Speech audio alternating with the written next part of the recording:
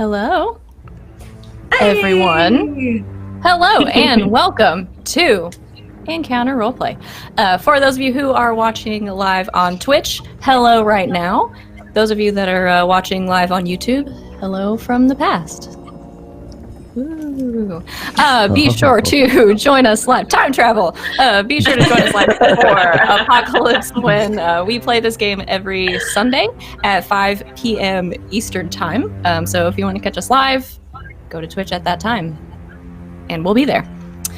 Today is our second episode of Apocalypse When.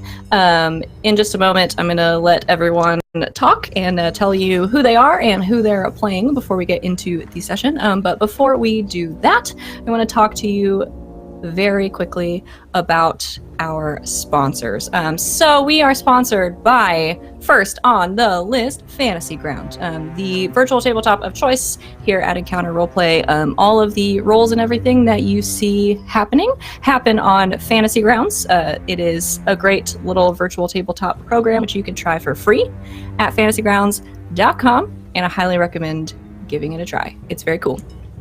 We are also sponsored by Whalen Games, your home for awesome miniatures of all kinds. They got your D&D minis, they got your Warhammer minis, they got your 40k minis. You could get all kinds of minis, a huge range from Whalen Games for 20% off, so go over there, check those out, because no matter what anyone tells you, you can always use more minis.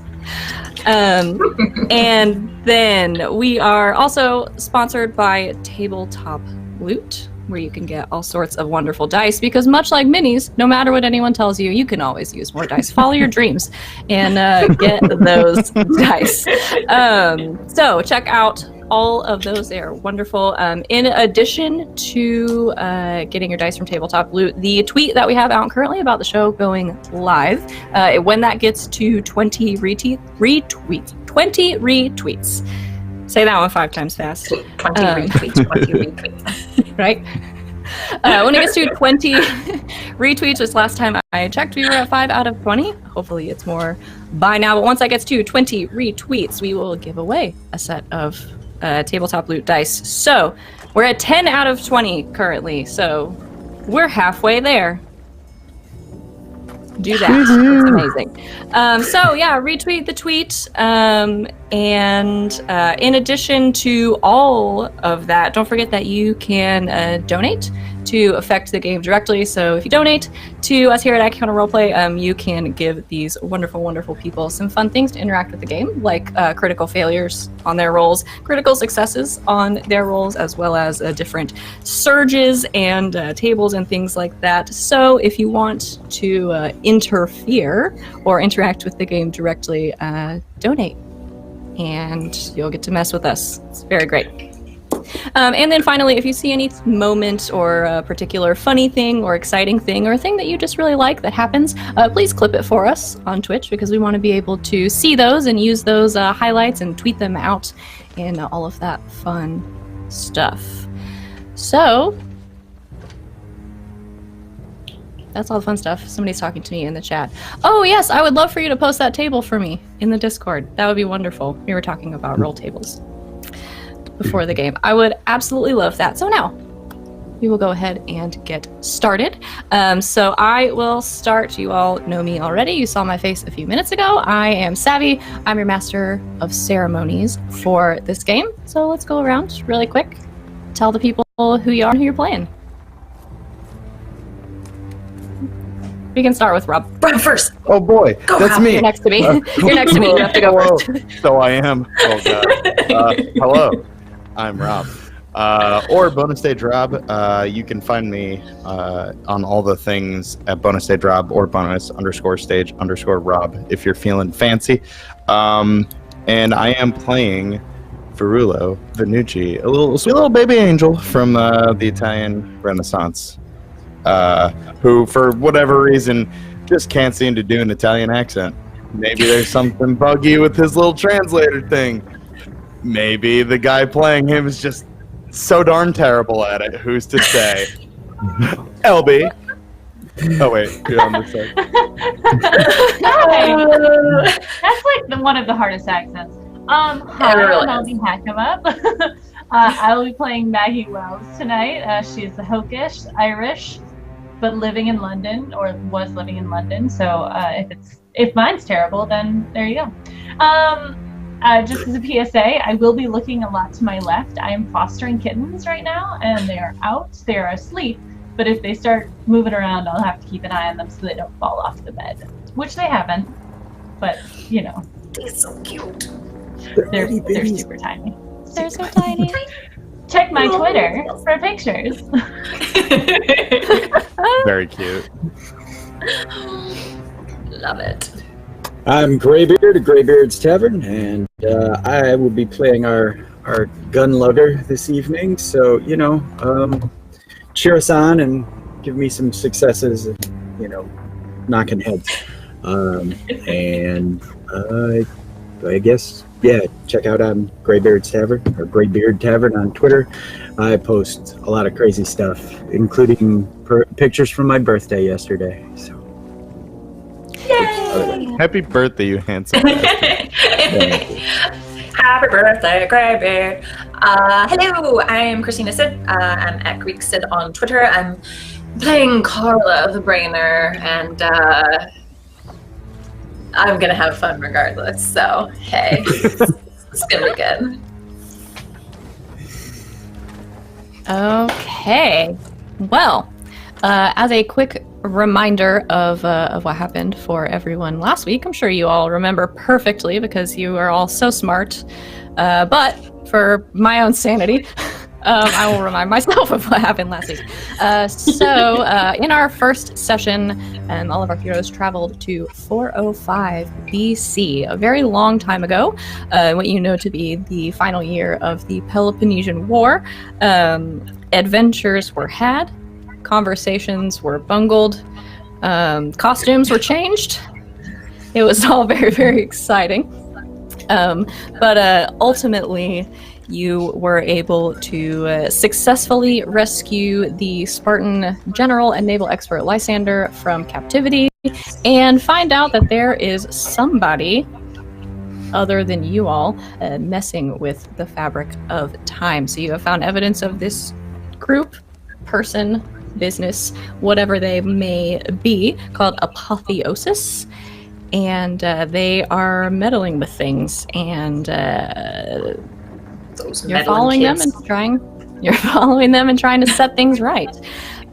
So is there anything we need to do at the beginning of the session? There is, and I'm going to remember to do it at the beginning this time and not an hour in. So the first thing we are going to do is highlight stats for our players. So if you missed this last week, because I didn't really get a chance to explain it because I forgot to do it and then did it like halfway through the game, at the beginning of every session, the character with the highest history with your character and myself as the Master of Ceremonies will highlight one of your stats. So you'll have 2 stats highlighted for this session. That'll change every session.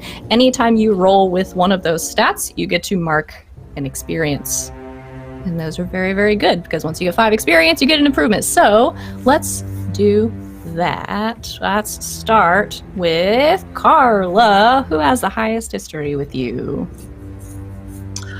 It's actually tied between Maggie and Traeger at this point. They're both at +3. So I will have then Maggie and Sergeant Traeger each highlight one of your stats.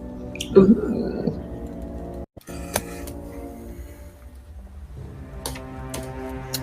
I would like to highlight sharp. Oh, no. My sharp? Yes. All right. Okay. And sharp is good. That's where I was thinking. Let's go with Carla's way too cool. She's really not actually stat-wise, but it's cool. She has no chill whatsoever. All right. Well, you play her very chill, so thank you. it's all a facade. Let's do that then. Let's mark cool. Cool. All right, so you'll erase the ones you had marked last week, and highlight Sweet. those two. Let us go. We'll just go backwards. Let's do Traeger. Who has the highest history with you? It's Carla. Hey. All right, so Carla and I will highlight one of your stats. Carla? Let's go with weird. Oh, See Trigger get weird. all right. Okay, I'm gonna highlight your cool. All right. Woo! One of my positive ones. All right. Maggie, who has the highest history with you? Carla. All right, Carla. Let's go with your hot. Cool. Okay, and I'm gonna highlight your hard, Maggie. Hard AF. And Verulo, who has the highest history with Verulo. Would also be Carla. She works with everybody. Good to be She's the just, trainer. you know. Carla with the hat trick. I know everyone.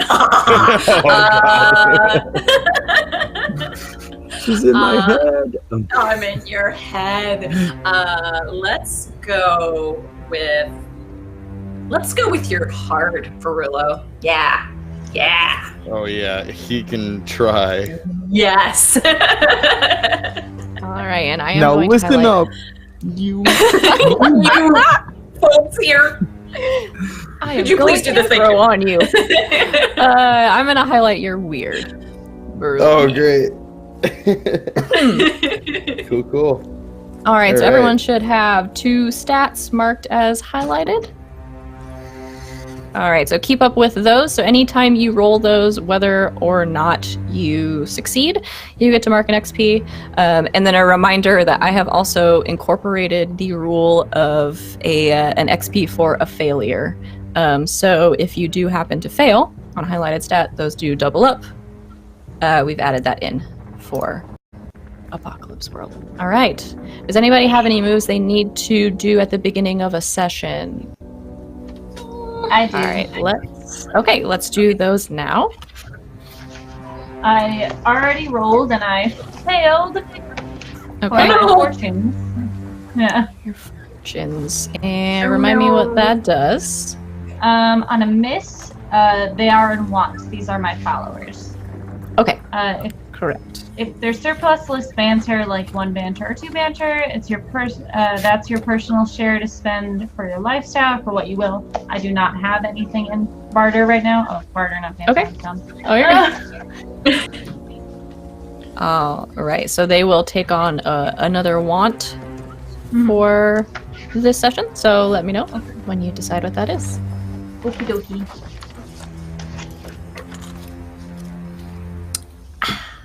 All right. Anyone else have anything that happens at the beginning of a session? Nope. Okay. No. Traeger, no. All right. Nope. Then we will go ahead and get started shortly after, picking up shortly after we left off last time. So, you, at the end of that last session, were able to successfully return the General Lysander to the field of battle. And shortly after everything was set right, you would have received another communication from ERA, or ERA, letting you know that they have taken a look at what you found, and based on science and magic and time travel and the work that they do, there's a lot of big words in Sounds legit.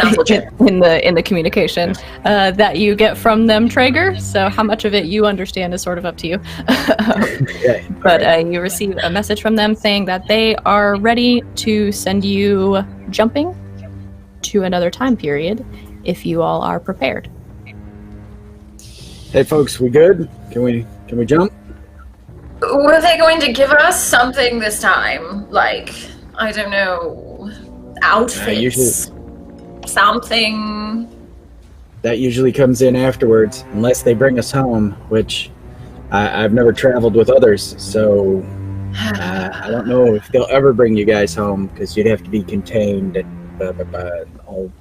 it's a mess. But I don't want to go home. That sounds boring. Maybe Fine. someday. Yeah. Do we know where we're going? No. They'll tell us when we get there is generally how this works. So Traeger looks as frustrated as you are because obviously he's done a lot of these drops and it's just like suddenly there's gunfire, you know? That seems horribly inefficient. It's like being invited to a party and not being told what the dress code is. How am I supposed to prepare? Yes, so when we get there, generally be prepared to duck. And Traeger points at the 3 huge claw marks across his face. Rock.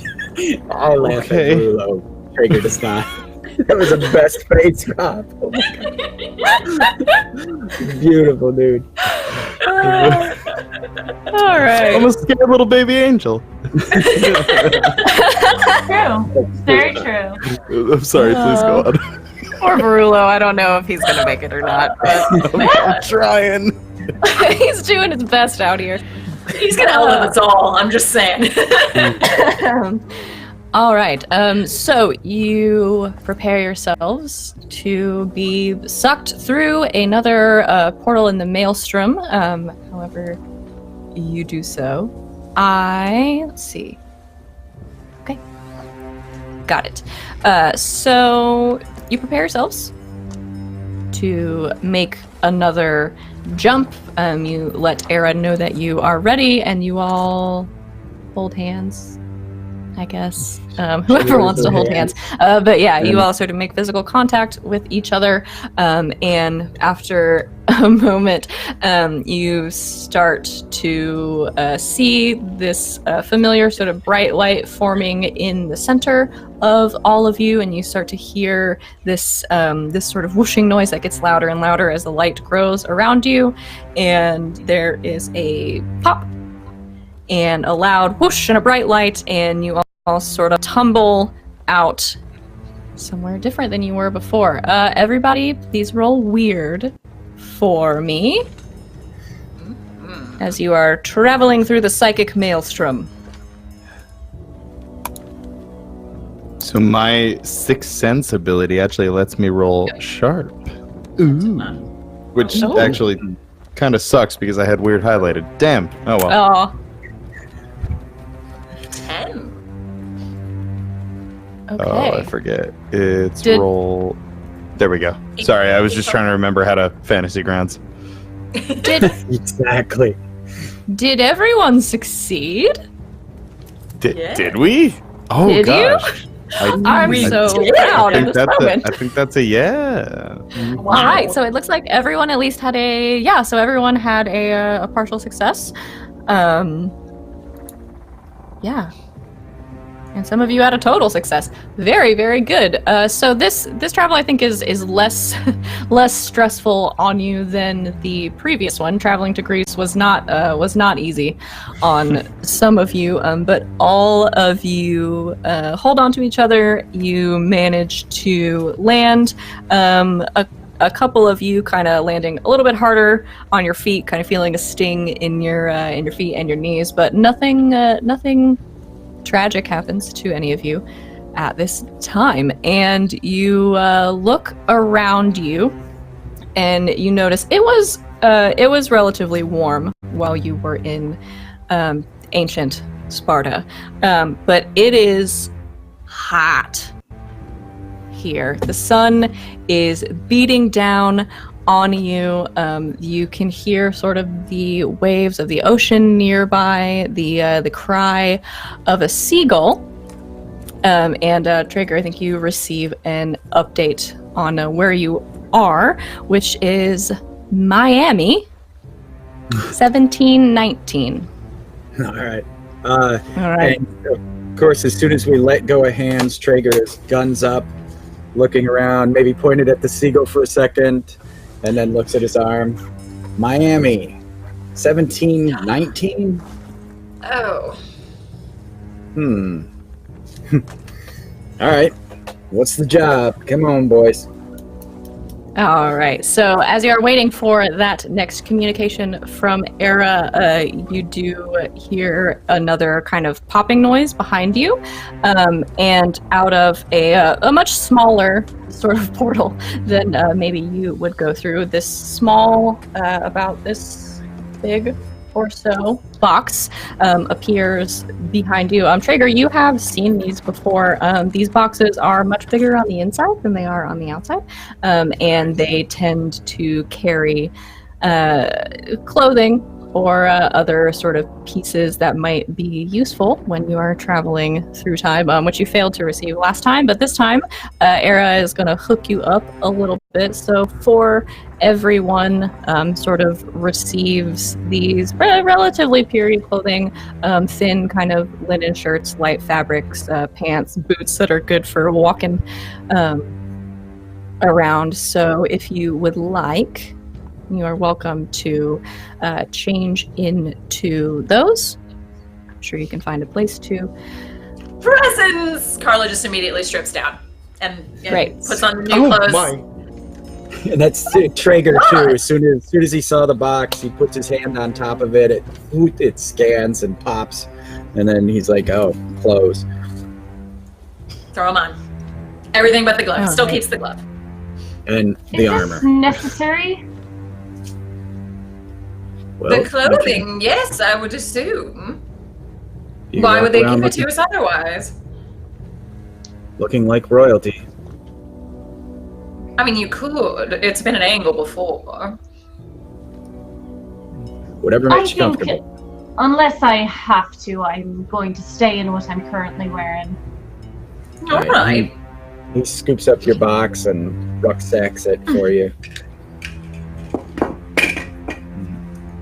Yeah, and Varilla will scurry off to find a bush and just change into his clothes. Not a You lot do of realize bushes we've around. seen a naked body before, don't you? Aren't you a doctor? Haven't you seen naked bodies all the time? Yes, but there's a time and a place for everything. When they're dead?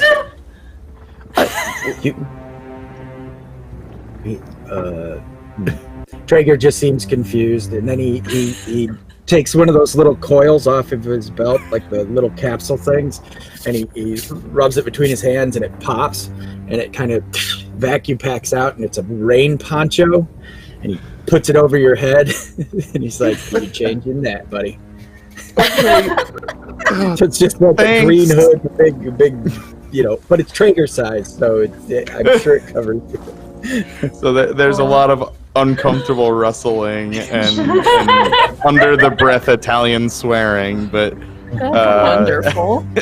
after I was going to You see tell Maggie- You see Maggie's eyes go green for a moment as she's watching him, and then they go back. Okay. I'm Yeah, no, indecent. I was gonna tell you there's not a lot of bushes around. There's probably like Yeah. a sparse palm tree, but this is way better. So the, Yeah, the three my of you next that are- guess was gonna be a palm tree that I can kind of like Yeah. try to hide behind. Oh, y'all are cracking me up. All right, so the three of you that are going to love it. change. Maggie remains in her late Victorian era attire. You are under no obligation to change your style if you don't want to. And by the time that is over, Traeger, you have received another update from Era. Say they have been scanning for more anomalies especially since you have uncovered the name of this group, Apotheosis.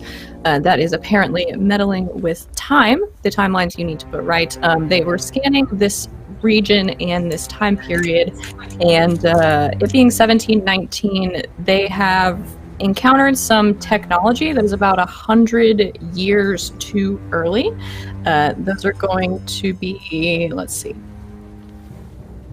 A couple of you might be familiar with these, some of you will not. These are motorized boats.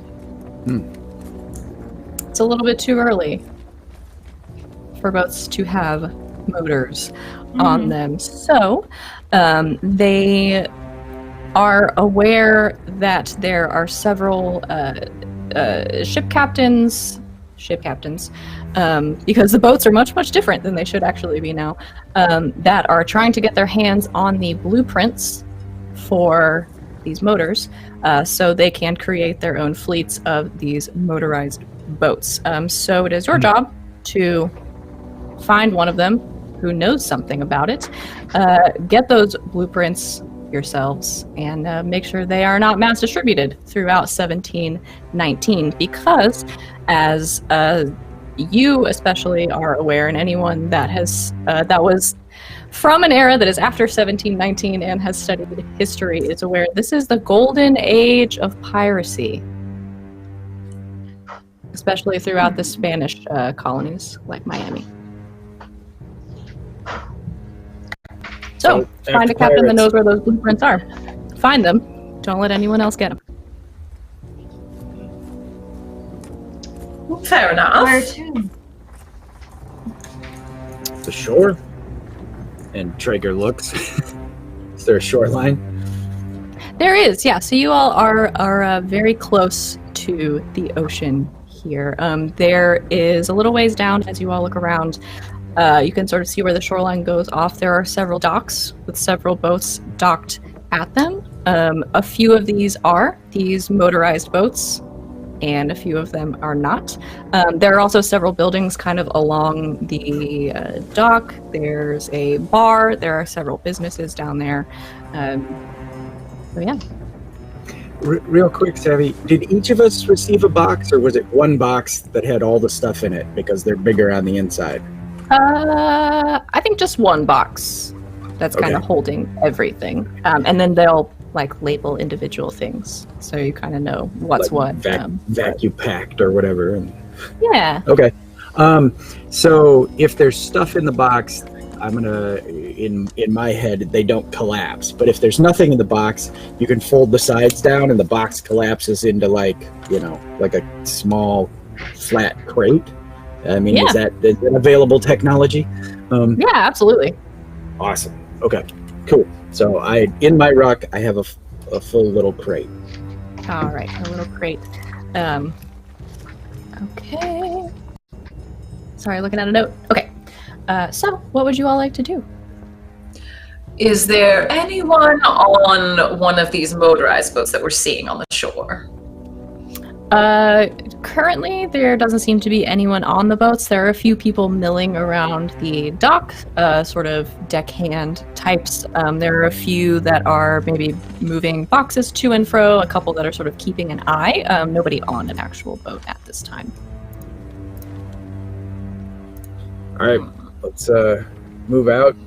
Maggie, Carla, talk to folks if you can. I'm gonna think about how to sink these things if we need to. Perhaps we should start at the bar. Ooh, sounds good. Yes. Verlo, are you The leading rum is toward supposed to be that? outstanding. It's a bit primitive for me. Rum? Yes. What's your poison then? Gin. I can respect that. Well, Okay. let's go. And starts All walking. right. All right. So you move out at Traeger's behest, making your way towards this bar, which I don't have a name for. What's the name of the bar? Somebody?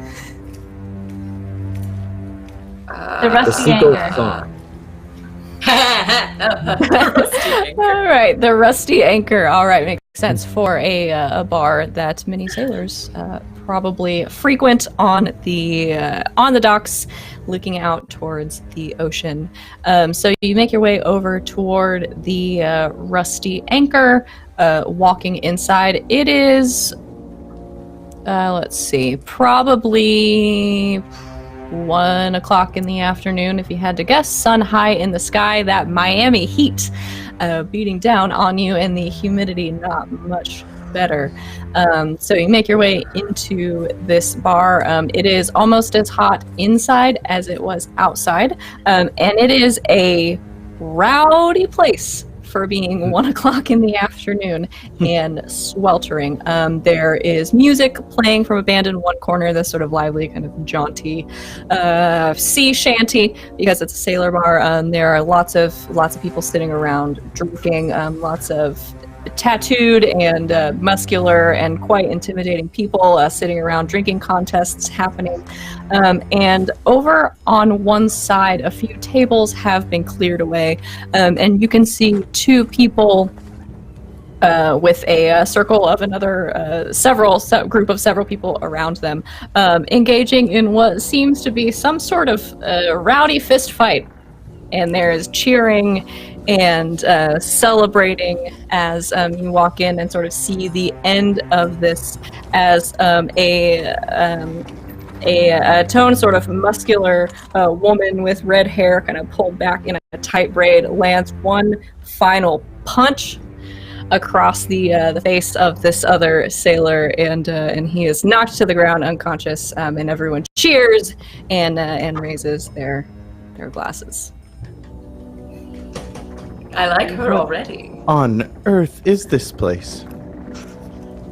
This is a bar. We call this a bar, a tavern, a place where people meet and have delicious drinks, maybe food, and enjoy themselves.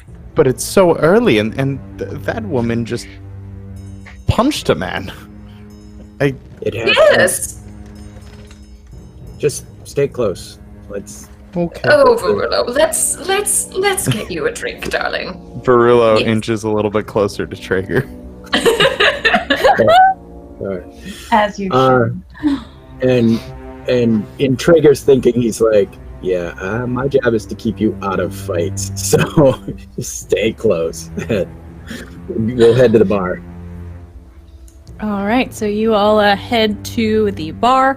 There is a bartender behind there, a rather burly man, sort of shaved head, tattoos all down both arms, and as you sidle up to the bar, after a moment, he sees you and kind of comes down your way, gives you a big smile, his sort of gnarled, sort of sun-scarred face, missing a couple of teeth in there. What can I get you? Or gin. And he pulls out some and tonic, please. and puts it out. Because I heard Maggie say gin earlier. That's the only reason right. he ordered those. Because he would have said synthahol. Right. More gin and tonic. All right. So he kind of goes off for a moment, comes back with these clean glasses. You can still kind of see through them, with this kind of clear liquid in all four of them, and kind of hands them over. And was that a whole jangle? Is it something I need to roll for? Or are we? Do you have any barter? Yeah, I have 2. Let's. I'm not super worried about it. That's not something I'll make you spend barter on. You just have, in the box, there was like a little pouch of like the money of the time that you will be, like your corporate card. Yeah, drinking on the corporate dollar. Spending at the bar. All right, and so he'll take the few coins from you that you put down. So, what brings you to our neck of the woods? And Traeger looks left and right like somebody talk. I'm in the market for a boat. Well, you've come to the right place. Do you know of any? I've heard tell that there are specialty boats out here that seem to be faster and more accurate. Right, yeah, those are new around here, but I know a captain who's eager to get her hands on one as well. Is she the one who just punched out that lad? That's Jack. She's the one you want. Wonderful. Great. Would you introduce us? For a lady like you. All right. And he sort of rears back from the bar and calls out to Jack from across the room, and she kind of looks over, downs whatever drink she was drinking, slams it on the table, the empty cup, and walks over. And like you saw her from afar before, red hair sort of braided and pulled back in this sort of... I don't know, it's a very practical hairstyle for someone who probably spends a lot of time outside. A linen shirt, breeches, sort of hide breeches, and these tall boots. She is also, her skin is sort of a little bit weathered from the sun, but she's relatively young, maybe 30 at the most, and she kind of swaggers over to you and the bartender, and she says, "Well, introduce me to your new friends." And he will point you out and say that you are looking for a boat and leave you to it. I will introduce everyone by... We don't have to go by code names, correct? Right. Or anything like that? Okay, yeah. No, she'll just Not as far as you're aware. Yeah, right? Yep. By There's their not name an and... SOP. Yeah. Yeah. And then I will... And this is Sergeant Traeger. Wow. It's a pleasure to meet you all. You're not from around here, are you? I've never seen your faces in my bar before. Jacqueline Rackham. You can call me Jack. So, I hear you're a captain. Without a boat. I am. Well, not without a boat, just looking for a better one. We saw those rather newfangled ones outside. Those looked Right, pretty. a woman could get up to a lot with some boats that can move that fast. So, I can imagine. what is it you need them for? I like to travel. As you know, I think you probably guessed from my accent, I'm not from around here. I'm from the Irish Isles. You sound like my Anne. She's from Ireland as well. Lovely. Yes, I'd like to travel further south. I hear there are wonderful places in the... What do you call it? The Caribbean. Ah. So we're looking for a vacation? You seem Perhaps. the type. Well, I'm looking to get one of those boats as well. Maybe we can help each other out. What you be looking for? Do any of you know your way around a boat? Or a ship?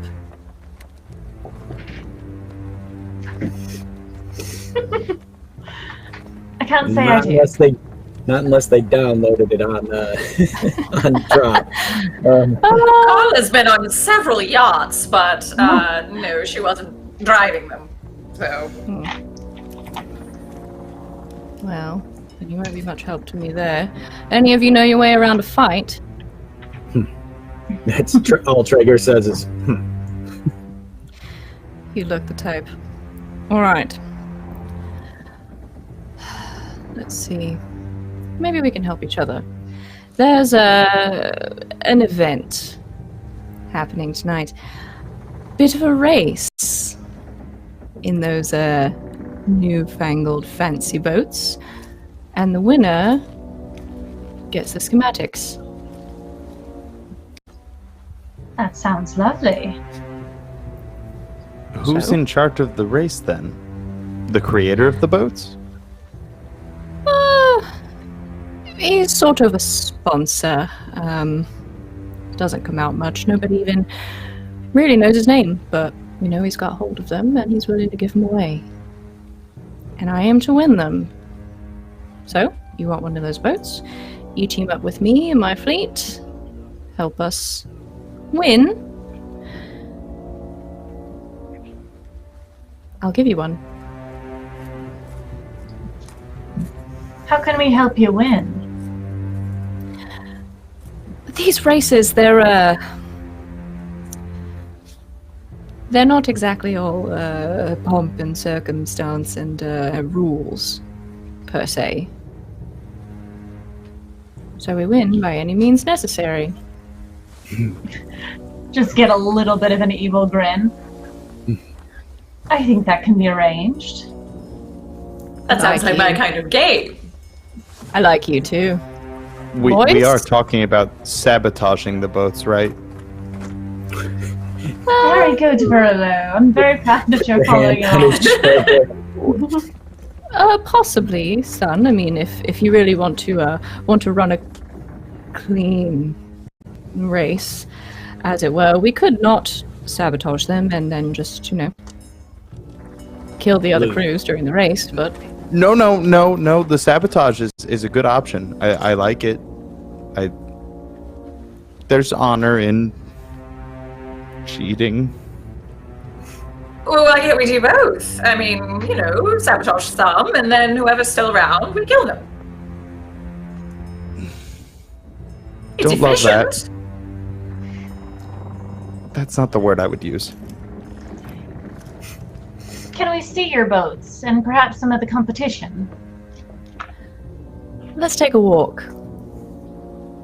And can follow Calico Jack, as she is sometimes known, out of the bar and out onto the docks where the boats sit. On one end, there are several of these motorized boats that have been docked and tied up. They are small. They're essentially kind of a much older wooden version of a speedboat. So they are these small sort of wooden boats with outboard motors on the back. They are outfitted very sparsely. They are built for speed. And so you can kind of take a look. There are several out there. Jack will point out to you one in particular, one on the end that has been painted blue, and say that is the one that she and her crew will be racing in. They are lots of them are on loan from whoever this person is that owns these schematics, but there's about 5 of them total in the harbor. So, if I'm remembering correctly, those look like internal combustion engines. So, I mean, sabotage them's pretty easy, generally speaking. Unless our apotheosis friends, and this is, I'm just talking to the group, not with or to Jack, so this can take place after or before.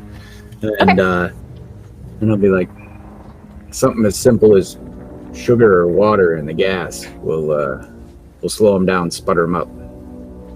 I did that to one of Harold Chevrolet's. It was so much fun. Oh. Well, it works. They're a lot more fragile than I would think. I mean, these engines are very... it's beyond my capacity, but maybe in the future these aren't much, but... Did she say there were 5 in total in the harbor? Can't remember. Yes. What's to stop all of us stealing them? Each person to a boat. Make a clean getaway. We let her... Do you know how to drive a boat? That is a fair point.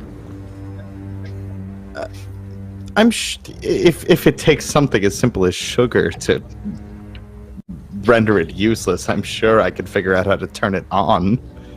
Where I'm from, in more than 100 years, it takes a crew of about 4 or 5 people to run a boat. Well, these aren't meant for... The case. Are these like big enough for 4 or 5 people? You could fit 4 or 5 people on them. They are relatively small, though. So. Okay. I'm just trying to picture type of boat. 4 or 5 people would comfortably fit. Okay. Got it. So, Perhaps if we had a lesson. and well, we also need obviously whoever it is here can build these. So that's the person we need to find. Because I mean, That's I right. could just put holes through them all right now, make them useless, but that will not get us to the guy. He'll just make more. I think we still need to probably do that because we don't want someone, reverse engineering these either. So all the boats have to go, and so do the plans. So, hence, Captain Jack, we may enjoy her company and help her out, but in the end, bullet through the engine or bullet through Jack, one or the other. So, I kind of like her. Maybe just too. the boat then. that's what I'm saying. So, we need to find this guy. Let's start maybe asking some more questions. Where would you like to start, Sergeant? Well, we could go back in the tavern or maybe talk to Jack some more and see if they know anything about someone who might be able to lead us to the engineer. She said is he was anyone on the boats? Sorry. No, Okay. not currently. There's a few people kind of milling around the docks and everything, but nobody currently on any of those boats. And she said the engineer doesn't really get out much. Is there somewhere that he resides? Like, would there be a location that people know he lives there? It's just like, oh, nobody sees him. It's heavily guarded, or what have you. They don't know. He sort of appears when he wants to, which is very rarely, and otherwise, no one knows.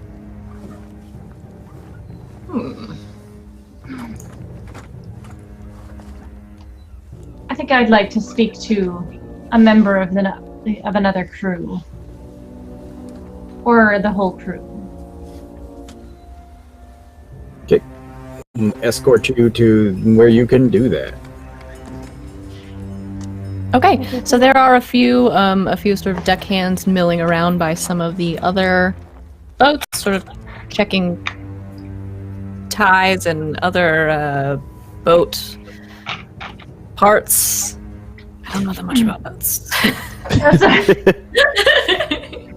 You know, the boat Go fast. heart and the boat lung. And the boat brain. Yes. Port and starboard. Checking the mooring lines and making sure that the boat is in dry dock. It's all good.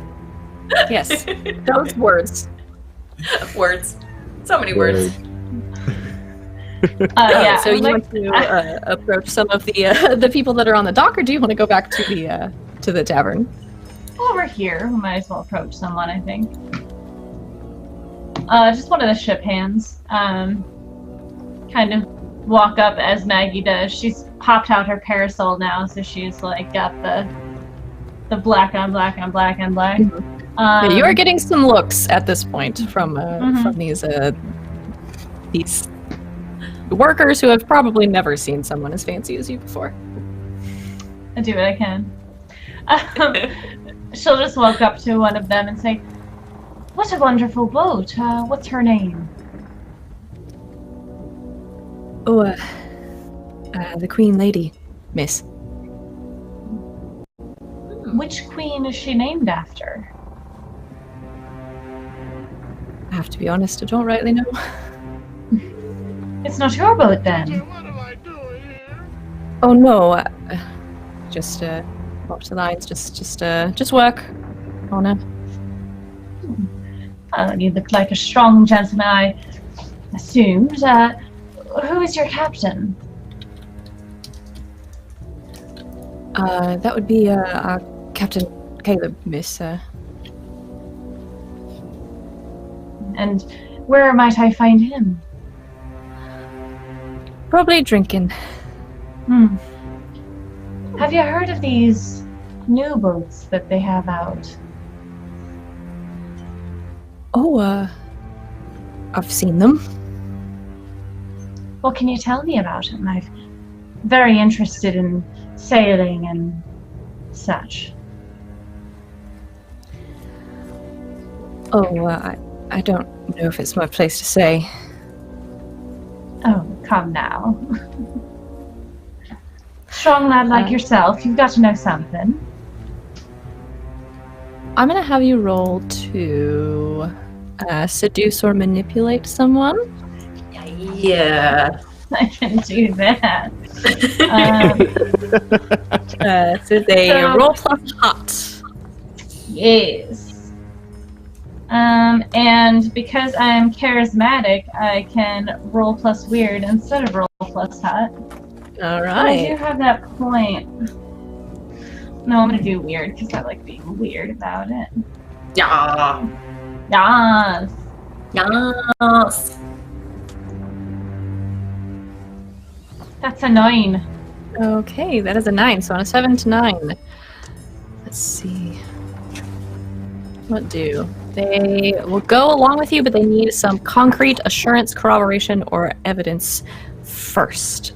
So I think he is still hesitant to tell you anything because he doesn't know you, but can be persuaded with some concrete assurance that everything is okay. Assurance that I am not sketchy.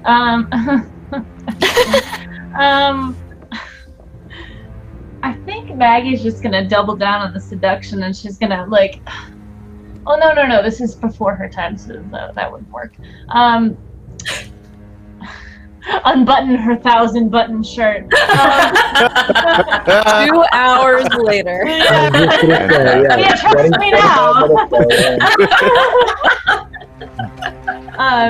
She will just. Well, I don't want to get you in any trouble. I'm merely interested for, personal reasons, not trying to get anyone in any difficulties. If that's what you're worried about. Well, the captain, he doesn't really like us to talk about that stuff, but Varula's gonna step in and just say to the man, "Forgive me, I don't believe that you understand exactly who you're talking to. Lady Maggie is royalty from the Irish Isles, and it would be in your best interest to show her some respect." And I just kind of glance over at Traeger.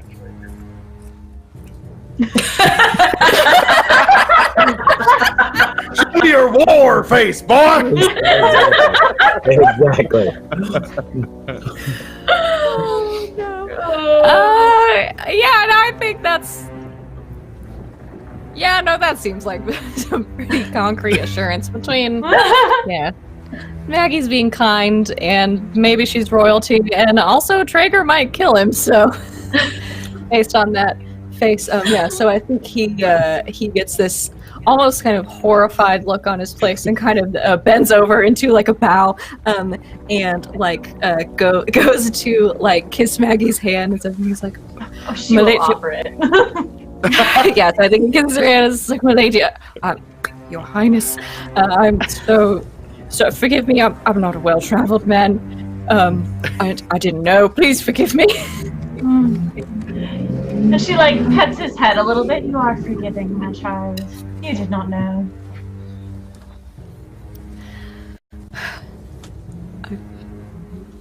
The man who knows how to build the boats. I don't know his name, but I was with the captain when he appeared one time, and I can point you to the spot. When he does appear, he shows up in the same spot every time. When you say Did you get a good look at him? Not. Well, it's kind of hard with the mask he wears. Mask, you say? Is What it kind of golden? mask? It is, Your Highness. It's golden and it's sort of twisted. It looks kind of like a demon. That is wonderful. If you can point me in that direction, it'd be more than appreciative. I can. And he, I think, will sort of show you, kind of point you in the right direction and describe in pretty good detail a place that is about, maybe a 10-minute walk or so from the docks, off a little bit off the beaten path outside of town, in a small kind of grove. Wonderful. Orlillo, that was wonderful what you did. Thank you. I figure intimidation is not my strong suit, so I think about the way that I felt when I saw Traeger for the first time, frankly. Maggie kind of is like, no offense. Okay. None taken.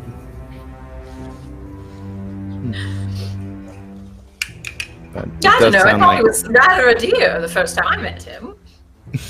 Oh. Appreciate that, Carla. I just saw the soul of the killer. And that's Me too. why I'm here, to keep you alive. But it does seem like we're dealing with these apotheosis people here. I'm just curious about the nature of the appearance. Do you believe that they're time traveling in and out of here, or is there actually an agent that resides here? I feel like it's going to be difficult to track them down, except for, well, participating in this race. Ms. Maggie, would you be able to send some of your friends to watch this drop point, perhaps, and maybe we'll get lucky? If they're willing to do it for me. Perhaps we should go down an alley and I'll speak with them. I don't know if you guys have seen this before. So, like, we get to an alleyway if we can. Sure. And then Maggie's going to kind of place her back towards the street. And her eyes start to glow green, more vibrant green than they already are. And before her is a ghastly figure of a Victorian-era woman. The eyes are completely white, wearing a bustling dress and just kind of standing there nice with her hands on her, on her stomach. And Maggie's going to speak to her and say, "There's a man who's out of time. He's wearing a gold mask, and he seems to be appearing in this spot. Would you mind very much just keeping an eye on it for me, and if he shows up, come and get me?" Okay, I think she kind of looks at you and she nods. And after a moment, she starts to kind of float off, I guess, down the alley, and then almost like mist just kind of dissipates toward the general direction that you have given her. I really need to get myself some of those. So, Verulo and Traeger, this is your first time seeing this.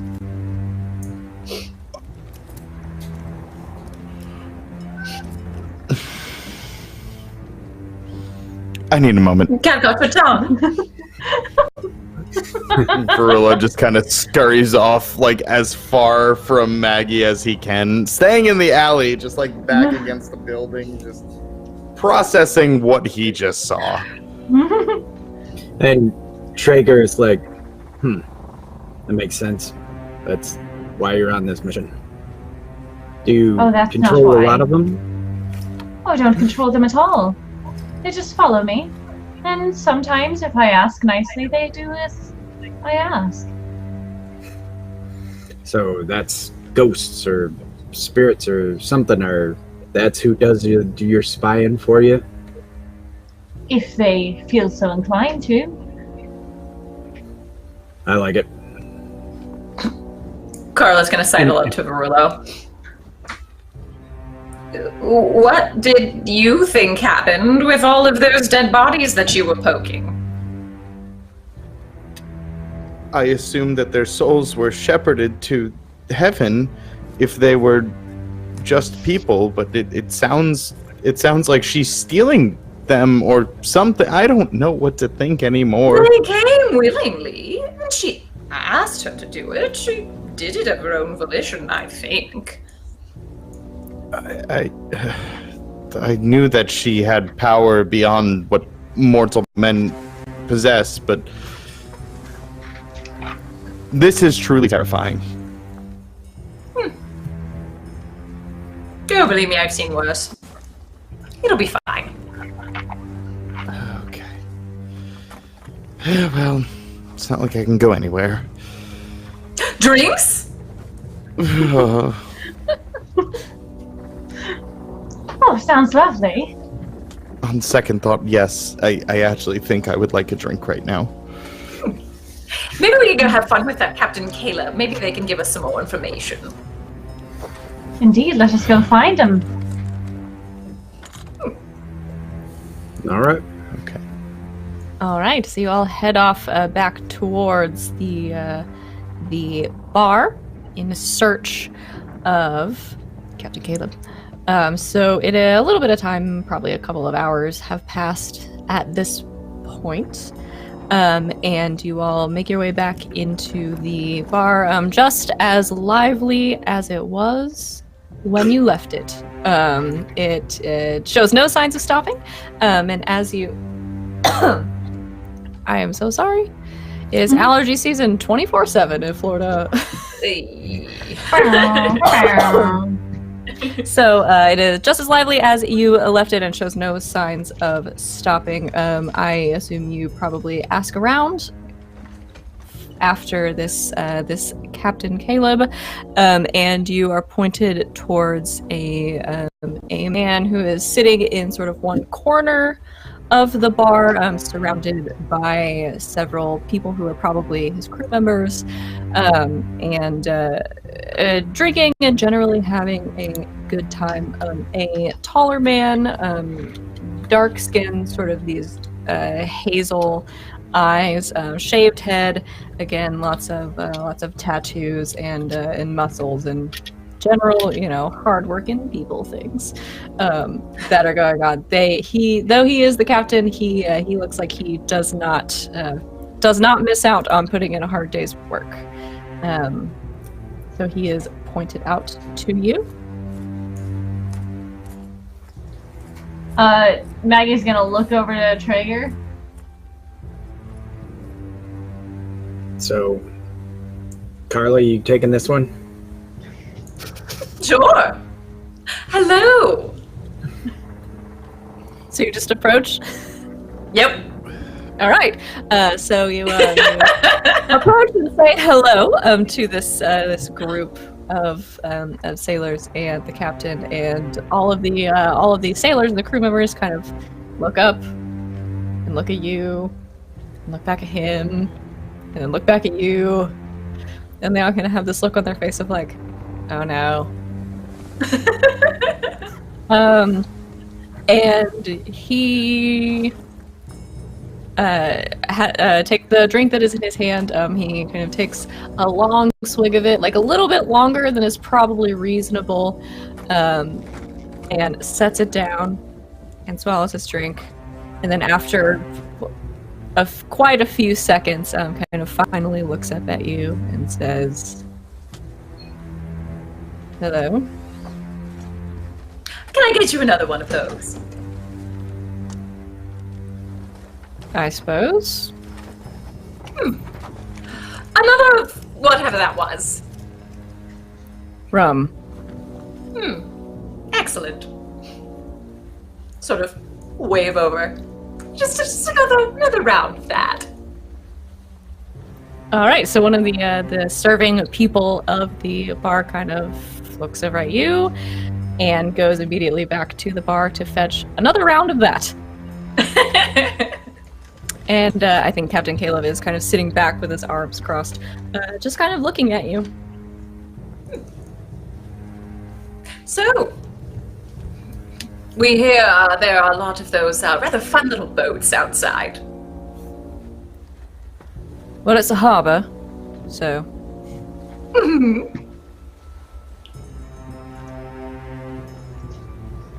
Can I help you with something?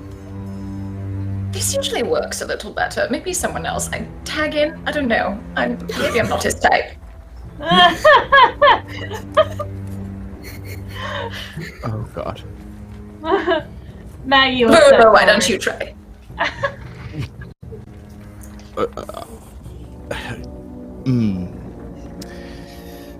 Verulo will sheepishly walk up next to Carla at the table and just, hello, how do you do? I'm Verulo. I was doing much better when there weren't all these extra people at my table. Oh, that's fine. We were just gonna go. Maggie pushed Just it. grab We were just going to bring him go back. check out one of those boats. I'm actually something of an engineer, and I've never seen a boat quite of that make or model before, and I'd be really interested to get a closer look at it.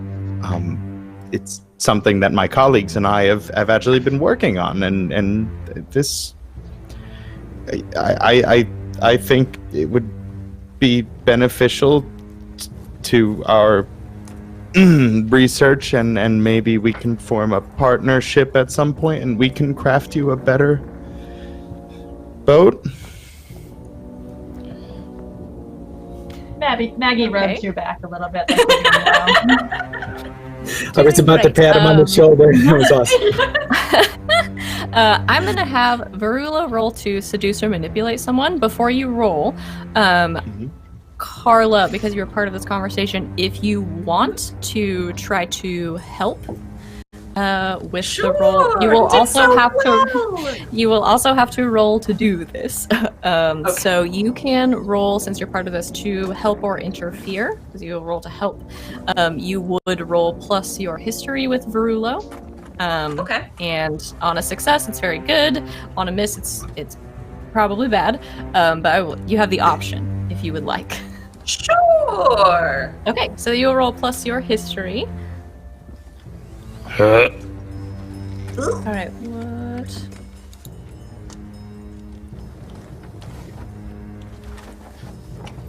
Let me see. All my dice rolls aren't loading. Oh, That's okay. There's nothing interesting there. That's fun. Alright, so Carla, did you roll? Oh no. I attempted to, but I'm not seeing it. I'll try again. Oh, sorry. Oh, there we go. And then plus 2 is a 9. Okay, Hey. so on Verulo's roll, you can take a +1. Oh boy. So an 8? An 8. All right. So an 8. Nailed it. That is a partial success. So he will go along with you, but will need some concrete assurance to do so.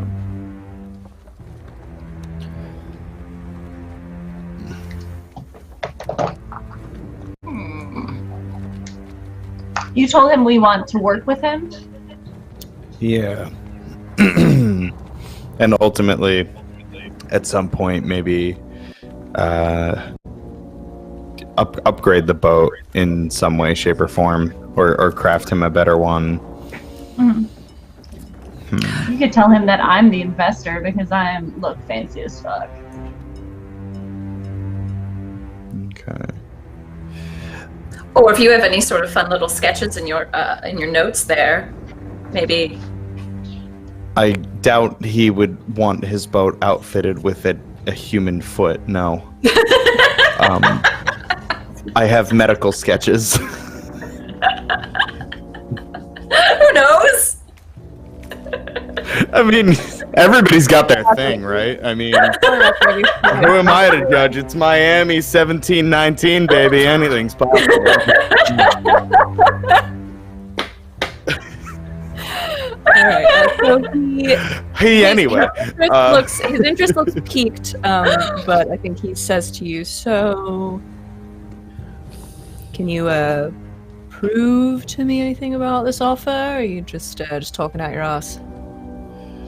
Oh, no, I assure you, we absolutely have the funding to back this up. I would be surprised if you didn't notice Lady Maggie here. She is our investor, of course. I mean, she's just ravishing and a brilliant scientist to boot. And that cat is just adorable. Yes, they just seem to flock to her. It's something about her Disney princess charm, you know? I'm sorry, what is Disney? Irrelevant. Are you interested? I think he kind of turns to look towards Maggie in all of her a little frightening, but mostly Victorian splendor. With the skull.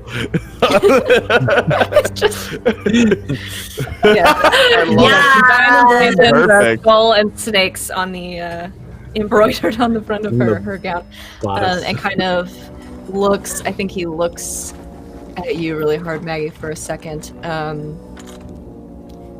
And kind of nods, and the drinks are probably the round of drinks that Carla has ordered are probably back at this point. So I think takes a long drink and kind of sets it down and says, "All right, not one to turn down a lady of that caliber. We can do business." Excellent. So, you'd like to see the boat? Yes, absolutely. And I'll also remove my notes and note-taking stuff from my pack, just so that I look a little bit more official. Yeah. All right. Maybe do a quick little boat doodle. A boat doodle. Okay, so as you're doodling a boat, Captain Caleb sort of takes a moment you get the impression from Captain Caleb that he is a man who is used to being in charge of the scenario. So he takes a moment, finishes the drink, toasting Carla, who has gotten it for him. Finishes his drink, sort of stands up and says, "All right, follow me," and starts to make his way with Verulo out to the docks. Do the rest of you? What do you do? Accompany, yes. Accompany. Oh yeah. He did so well. I know. I'm so proud of him. All right. All we have to do is just, make sure he can kill someone, and then we've covered all of our bases. You're not there. You can't hear me. Oh, okay, good. Verulo pretends he didn't hear that shit. We're behind you. We're behind you. Okay, cool. Sorry, I'm all like, I've got extras. In character doodling a boat. So. Yes. I expect to see them later. That's your I'm homework. working on it. Please continue. All right. All right. So you all, Captain Caleb in front, Verulo following closely behind, and the other three of you following closely behind Verulo, make your way out to the boat that I definitely named and remember the name of. Something about a queen. Queen Lady. So you make your way out to the boat. Excuse me. And Captain Caleb just sort of stands next to it at the dock, saying, "So, what do you want to know?" Verulo is going to begin examining the boat, and he'll turn to the captain and just, "May I step aboard? I just want to do some examinations on the engine." Mission granted. Thank you, Captain. And he'll just awkwardly salute. Very good. And yeah, so he'll. No, so he is trying his absolute best to look as though he does in fact possess a pair of sea legs, and maybe he, upon entering, the sway of the boat kind of catches him off guard, and he grabs the side of it real quick and just kind of steadies himself, and then he glances over his shoulder at the captain and with a nervous smile, just behind the captain, we're all like. Apologies, it's been a long journey. I'm just need to get my sea legs back. Ooh. Yeah, and he's got this very stoic face. Like I think Captain Caleb is very hard to read. So he's just kind of looking at you. Yeah, so he'll awkwardly make his way over to the engine and really begin taking a look at it. He has never seen anything like this, so he's just trying to suss out like how it all works, and he takes into account like what Traeger said about putting something in the fuel tank, and so he's trying to surmise, like where does fuel go into this thing, and like what makes this thing tick. So he's just really just that's what he's looking for. Okay, I'm gonna have you roll to read a sitch, or roll plus sharp. But you are not confined to the questions that are on that list. So depending on what you roll, will just kind of depend how much information you get. Great. I may just have to turn to that in a moment. But that's plus sharp, you said? Yes, plus sharp. Okay. Whoops, that is not the way you do that. There we go. Okay, that's an 8. Okay, that's an 8. So for the purposes of read a sitch, that would mean you can ask one of those questions. If there is something on the read a sitch list that you want to ask, you can. If not, then I'll just translate it into sort of the amount of information you get. Sure. So... If there's anything that speaks to you. Right.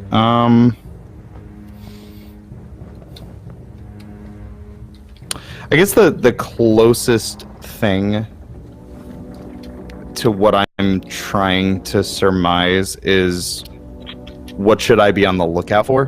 Kind of in the context of if I were to sabotage this boat,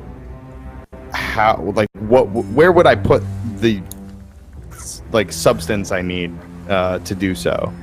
Where would I pour sugar? Where is the gas tank? Yeah, sure. So there's not a whole lot, obviously, of taking apart to see how the thing works that you can do while the captain is sort of standing over you. But I think you're able he's a smart man, and Brulo's whole thing is kind of figuring out how things work.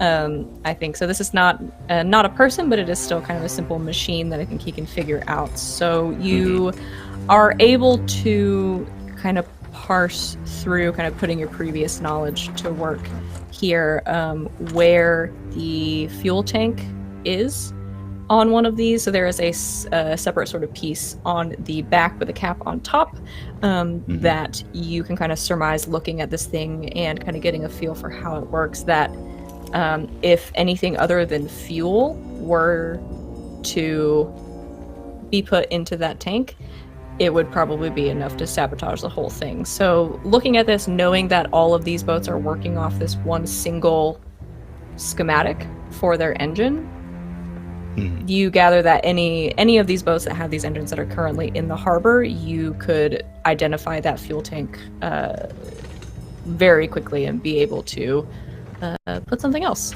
in it that is not fuel. Okay.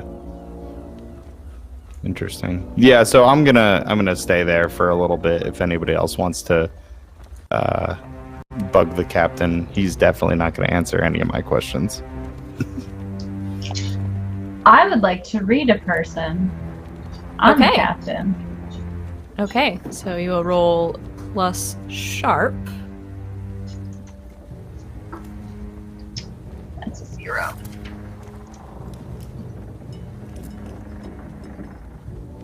That's a 9, my dear. Okay, that's a 9. So for a that's read a stitch. Read a person, you hold 1.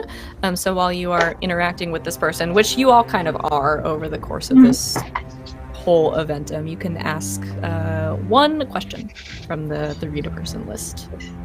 I put it away. Mistakes were made.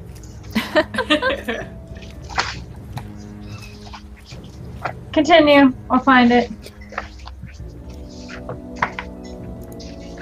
I'm just looking at what in my angel kit could I shove in a engine. Probably Same. anything. Traeger have. Would, I think you get the impression. I think that it would be relatively easy to put probably anything that's not fuel in this thing and at least stall it out, if not blow it up. Yeah. Trying to think of what would do this. Carla or Traeger, is there anything you would like to accomplish while this is going on?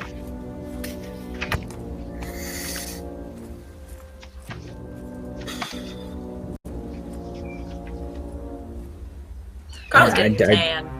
Yeah, I don't think that this is a Traeger moment, other than if I see Verulo stumbling at all, I would then say, I'd pretend to be like a chippy or a shipwright or something and say, give him a hand, but he seems to be doing great, so I'm just waiting to Trying murder my everyone. best. All right, so Carla continues to over the past couple of missions. Carla's getting a great tan, just Oh yeah. she's working on a great tan, and Traeger is sort of keeping an eye out for anything to go wrong. And Do you have the list Maggie? in front of you? Because I can't find it. I will. I'm pulling it. The I got research. So you can ask. Let's see. That's a stitch. Read a person. Is your character telling the truth? Mhm. What's your character really feeling? What does your character intend to do? What does your character wish I would do? Or how could I get your character to blank? I think I would like to know what he intends to do. Okay. 'Cause he So I seems think like you. a sketchy mofo. Yeah. I think over the course of these questions, kind of standing there, talking to him, and then being able to read people the way that Maggie can. He intends to win. He is very much aware of these races that are happening.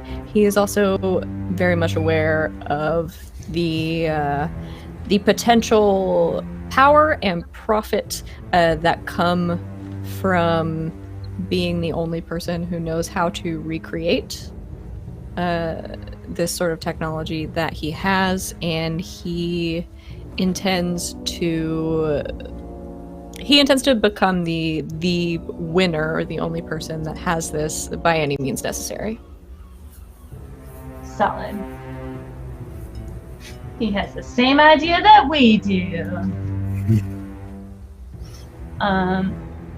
She will, if there's a moment, if he goes to talk to Verulo or something, turn to her 2 friends and say, I believe he intends to do as we do and perhaps sabotage some ships. Ew. Well, would that be a bad thing? I mean, we could just let him do half of our work for us. That is exactly what I was thinking, Carla. But we need to make sure he won't go after our ship. Maybe we should keep an eye on him. Carla, how do you feel about tattooed sailors? It sounds like a lot of fun, but what do you mean? Well, I'm just thinking. When is this race going to be? It is going to be tonight, after sundown, by the light of the moon. Well, I think that before the race, the captain might need a little respite. might need looking after on our end, and if you'd like to do that. I don't know, he didn't really seem like I was his type, but I guess I could find out who is. Let me see.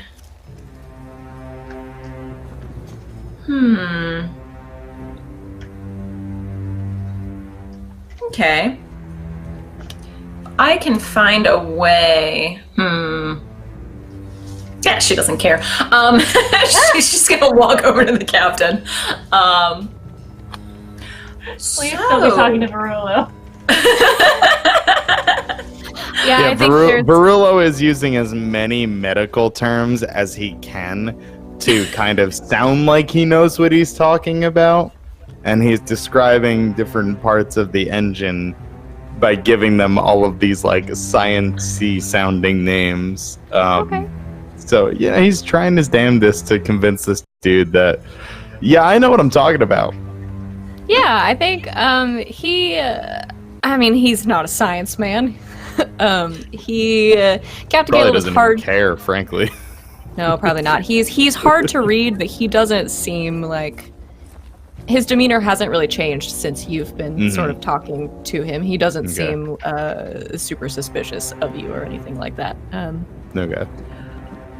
Carla's just gonna walk over and go to like his shoulder. You said he's all tatted up. Oh, where did you get that one? And touch his shoulder and do her. What is this thing called? Her deep brain scan. Okay. Yes, scan the man. Scan that man. I assume you have to And that roll. boy. Yes, I do. I gotta scan that boy. So I roll plus the weirds.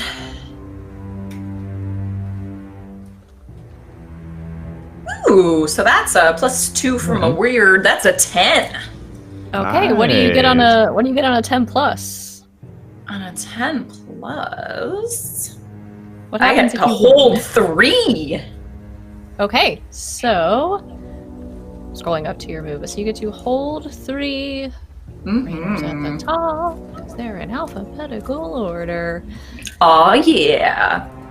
All right, so yeah, you get to hold 3, and then let's see. This is for reading a person, correct? By reading them. Okay, so you get to ask 3 questions. Oh, from the reading a person, I've got a couple extras too. Yeah, in so my you playbook. have your own. So you have your own questions. You can also use this hold if there's anything under the like read a person list. Oh, sweet. But you can also use your own list. Okay, cool. But yeah, so it's 1 for 1. We get 3 questions. Sweet. Okay. I will say then, let's try first. Sorry, I've lost my character sheet. One moment.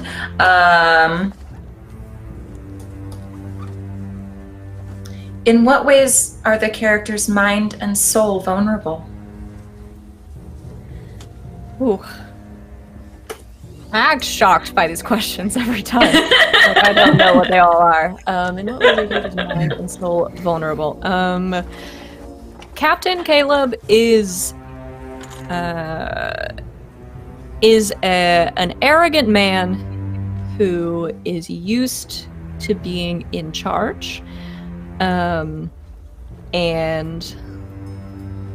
he is, I think, most vulnerable when someone challenges that, because it is so rare for him, and it is not something that he has had to deal with in a very, very long time, and so that sort of throws him off his game, I think, for anyone to challenge his authority. Excellent. Second question. A-bum-bum. What are his secret pains? Secret pains.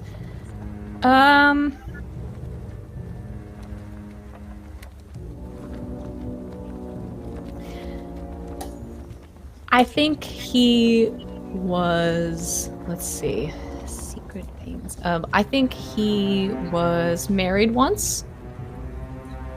Before all of this, I think he was a sailor before, and he was married once. And the sea and the sailing, and eventually the pirating, became a bigger and bigger part of his life as his marriage became a smaller and smaller part of his life, and he did not realize it until it was too late. What was his lowest moment?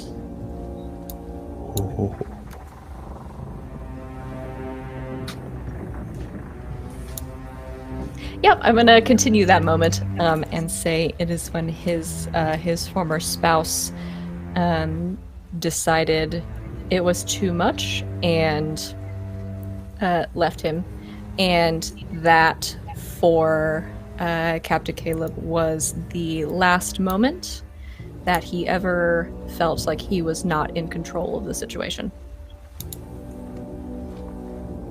Excellent. Cool.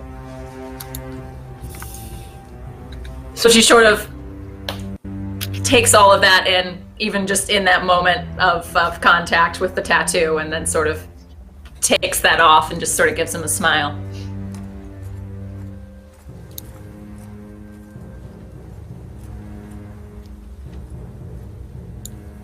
Can I help you? I was just asking about your tattoos. They're lovely, darling. Right. And he kind of shakes his head a little bit. I know they're from all over.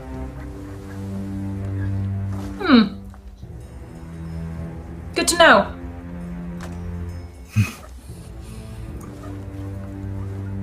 And I think for the first time, he is, She's just like staring him down, just like with a smile on her face, but just like not breaking eye contact. I think he's been very hard to read up until this point, but I think in this moment he has like narrowed his eyes a little bit and looks maybe a little uncomfortable, but he's not 100% sure why, other than the fact that Carla is just like staring at him. Okay, so Engine Man. Anything else you need? Oh no, I have everything I have here. Everything I need here. I definitely think that should our business relationship work out, if you need somebody to build those boats, I think we can do it. I think we can have some arrangements made. I think so as well. I think Carlos says that, and he kind of, just for a moment, is like, like looks very uncomfortable. But moves on from it very quickly and kind of regains his composure, and says, "All right, well, off the boat then." Oh, of course. And Verulo just kind of awkwardly, like, shimmies his, grabs Traeger's arm, gets yanked out. Whoa! All right. Yeah.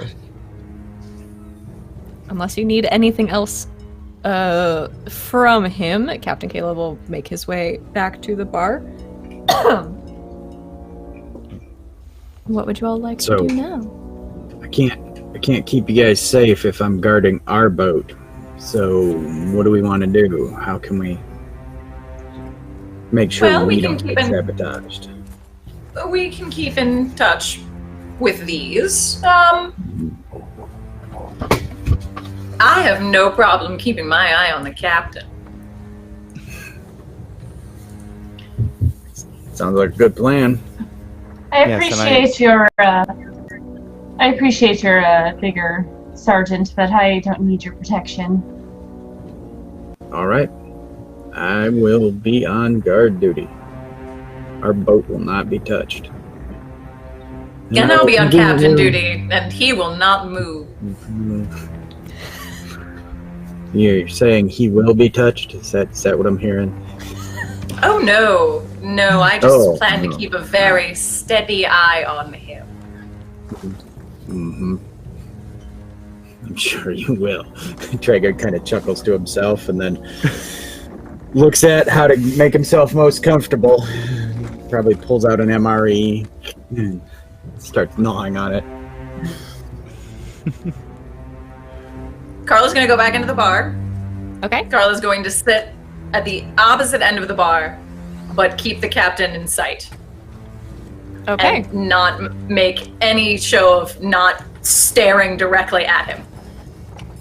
All right. So Carla is keeping an eye on Captain Caleb for the foreseeable future. Traeger's having a snack.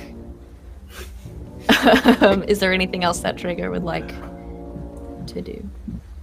Well, he's basically, he's probably got part of his shirt or whatever, but he has his gun laying, alongside him, kind of there, and he's just sitting at, because our boat is the one at the end of the dock, so it's pretty easy unless someone, silently, SEAL Team 6 comes up behind the boat or something. He's going to see anyone approaching, so he's pretty confident. Right. So Carla's guarding the captain, Traeger's guarding the boat, Maggie and Verulo. What shenanigans are you up to? Trying to figure out if I should go with Carla or Traeger, and help either one of them or attempt to. Not really sure. Maggie's gonna, if he tries to run off with anyone, she's just gonna grab him by the collar. Do you need me? In more ways than you think, but I think we need to sabotage the ships. Oh, of course. Yes, let's. She puts her hand out.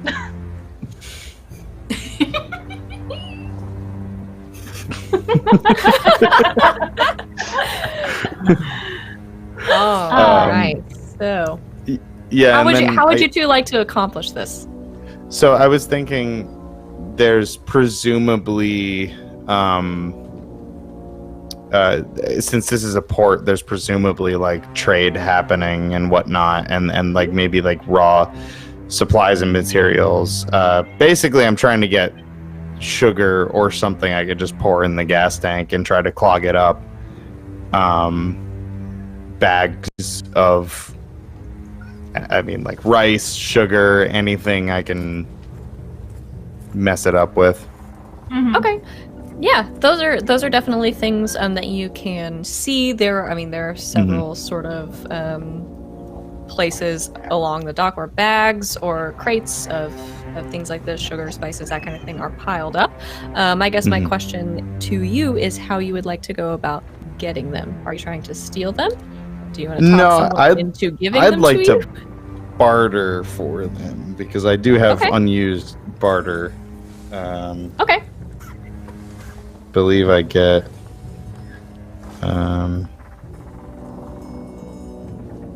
spend 1 to 2 barter for your lifestyle. So I was just going to use, seeing as Era has us covered on rations and whatnot, I figured that this could be used toward mission expenses, quote unquote. Yeah, absolutely. So you can approach some of the traders on the dock, you and Maggie. It's something that is relatively easy for you to accomplish, to get a good-sized bag of sugar, probably about this big or so. Okay. So you have your sugar. Great. It's getting to be late in the afternoon on the docks. So there are some people still milling about. Lots of them have sort of ended their work for the day and are going to kind of spend the time between now and nightfall, probably in the bar, drinking, finding some food, that kind of thing, preparing themselves for the race. Yeah, so I suppose we'll go systematically down the line and take each boat. assuming there's no crew or anything within sight, we can hopefully pour some sugar in the gas tanks. Okay. Ruin everything. Sugar in the But tank. on purpose. So yeah, you I was just gonna say Maggie is not gonna go on the boats because that's very obvious. She's like the most obvious person. She'll just be walking up and down the boats, keeping an eye out, like with her parasol, like taking a walk. Yeah. Okay. I'm gonna have you. There's not a lot of people around. I'm gonna have you both roll plus cool to do something under fire. Oh yeah. Okay. And we'll see how easy it is Okay. for you. And since Traeger's sitting there at the end of the dock, if it looks like they're going to get caught or something's going to happen, he'll cause a distraction. Okay. All right. So Traeger keeping an eye out, watching your back, and Carla inside keeping an eye out, making sure the captains don't go anywhere. What did you guys roll? Where'd it go? Looks like I'm the cool cat. It's true. That's a 12. Oh. Hey. Hell yeah. Evening it out. Last session I couldn't stop failing, so feels Hey, you feels leveled right. up, so Yeah, I know. I leveled up. Now I'm not leveling. I'm just succeeding at things. So still accomplishing. All right. So a 12 is a massive success, and then Maggie a 7, which is a partial success. So yeah, I'm gonna say, but between the two of you taking the average of that, and based on the good rolls that just happened, I think you all are super chill about it, and I think Maggie especially noticing that Verulo is handling this probably better than you thought he would. But the two of you together, sort of Trying Maggie his helping both distract anybody that might walk down the dock, and also keeping an eye out, and the Traeger keeping an eye out from the other side, are able to go down the line and just very casually pour sugar into the engines of the other 4 boats. As you do. As we do. Very successfully. Is there anything else you all would like to accomplish before night falls and the race is on?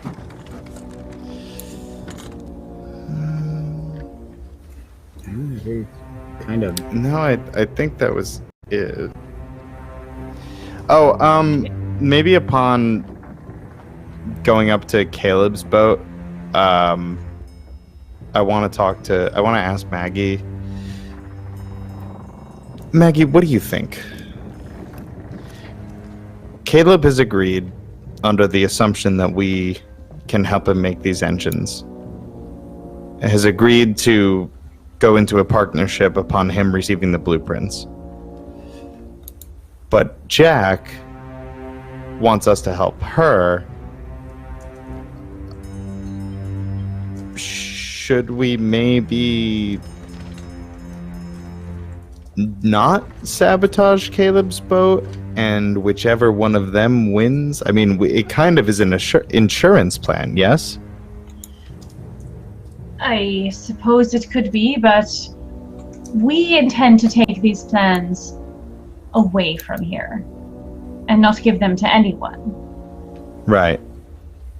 I think that depending on who gets them in the end, we'll have to take them from them by any means necessary. Mm-hmm. So, though it might be easier if we have assurances from 2 different people, in the end I'm not sure it's going to matter very much, because we're just going to take them anyways. That's fair. Yep, okay, in it goes. Blue, blue. I was just keeping our Alright. options open, but you raise a fair point.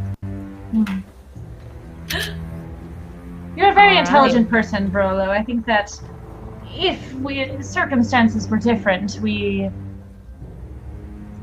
this would be a good idea, but I think because we're going to just, as Traeger put it once, yoink and go,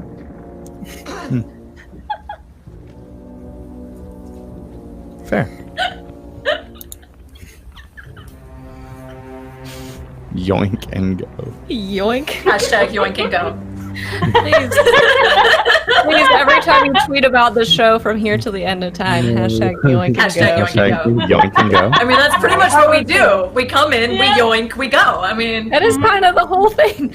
All right, so making yoink and go. Oh, that's my new favorite thing. All right, so yes. Yoink. Is it the ampersand? Are we doing ampersand or and, like full and? Hashtag yoink ampersand go. Okay. yeah, yoink ampersand go. All right, so as Verulo and Maggie make the decision to sabotage all of the boats except for Jax, and the rest of you get ready to yoink and go. I guess we are going to take a quick break. Really quick, so everybody can take a bio break and freshen up, and we will be back very, very shortly. So thanks for sticking with us, everybody. We'll be back very, very soon.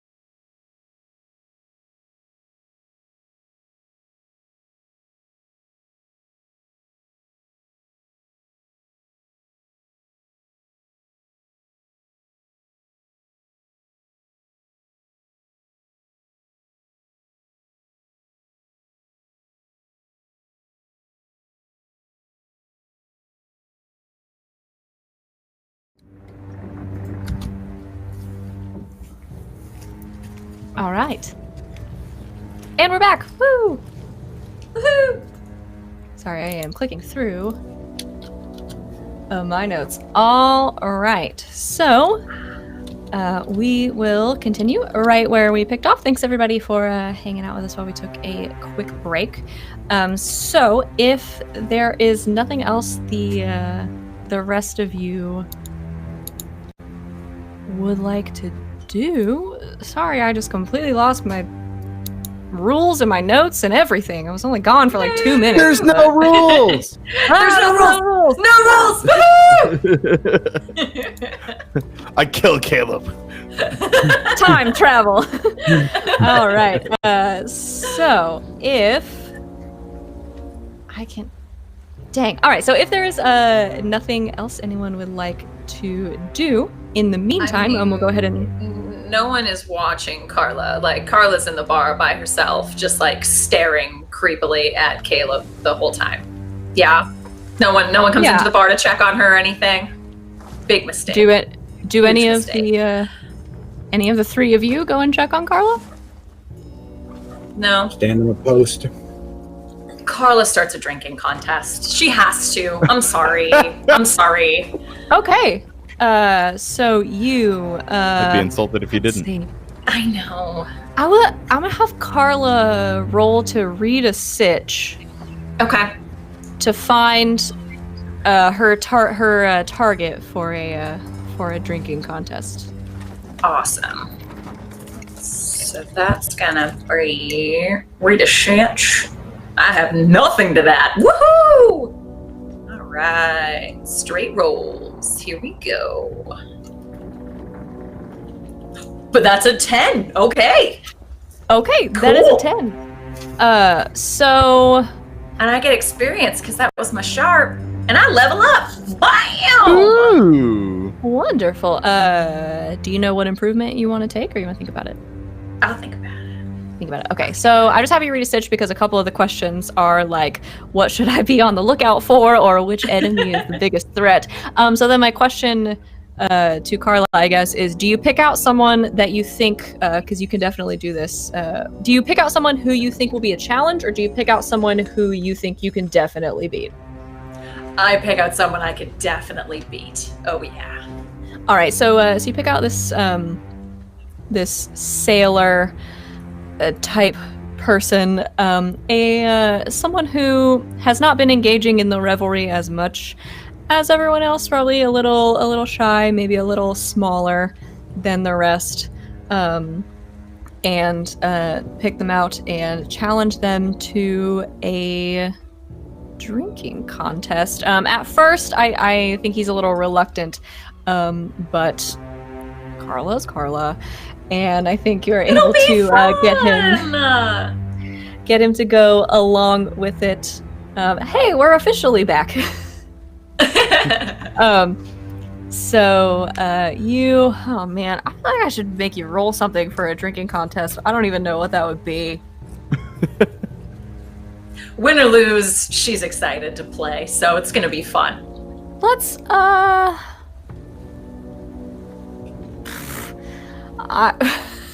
don't know. Cool. Roll hard, I guess. Okay. Go hard, man. Straight roll again. Here we go. 9. That's a 9. Okay, so yeah, I think it goes on for a few minutes. I think there is one moment where Carla, maybe internally, you're a little unsure of how much longer you can go, but you push through and down one more drink, and the sailor across from you, seeing you down another drink, kind of his eyes go wide, and he goes to like drink the last one and kind of shakes his head and kind of sets it down. And so Carla, you win. You did a marvelous job, darling. It's okay. It's a win or lose is just how you play. That was lovely. Thank you so much. Thank you. Yeah. Gimme. Yes. winners. Yes, thank you. Yes. You take your whatever winnings were bet on that. I'm sure you bet money. You have more money now than you had before. Yes. All right. Kitten So the approved. drinking. Oh. So the drinking contest is done. The other three of you, is there anything you would like to accomplish before we're off to the races? No. Just group I back think up. we're It's good. everything, yeah. Okay. Yeah. All right. So shortly before the sun goes down, or the sun is going down shortly before the moon kind of rises, you all group back up with Carla in the bar. Yes. Okay. So Carla, hello. Hello, my friends. Oh boy. Lovely. Are we ready? We are you? Darling, I've operated heavy machinery in a worse state than this, so let's go. Oh Be god. thankful What's the that it's plan? just alcohol. Who said it was just alcohol? That we know of. Varullo's just going to take stock of his medical supplies just to make sure if he needs to intervene, he can. Thought you were wondering if she stole any. Weird, I'm down to 3 stock. I'm supposed to have 5. How did that happen? 11, exactly. All right. So Tipsy Carla and the rest of you get ready for the race.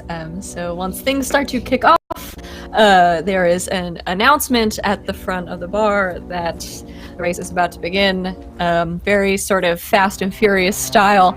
Everybody sort of meets up with their captains and teams up and makes their way out to their boats. And coming around sort of with a big grin on her face, kind of swaggering through, is Captain Jack. And she kind of meets you all and says, "So, had a good afternoon?" Quite. It's yes, it's been very fruitful. We've gotten done things that I believe you asked for. I watched your Yes. boat. And I And appreciate we, that, Sergeant. Took And I stock watched of the the other sailors. boats. All right, well, it sounds like you all have accomplished quite a lot today. So, who's racing with me? How fast does it go? Incredibly. Oh, me? I'll join you as well. Yeah, I'll join as well. Makes us a group. Let's go. All right, all in. Well, one more drink for the road. All of you. Yes, please.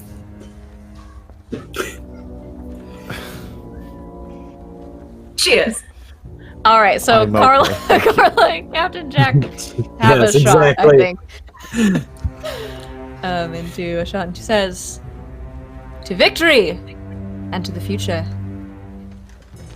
And to the past. And the present. Yes. Cheers. Right. To time.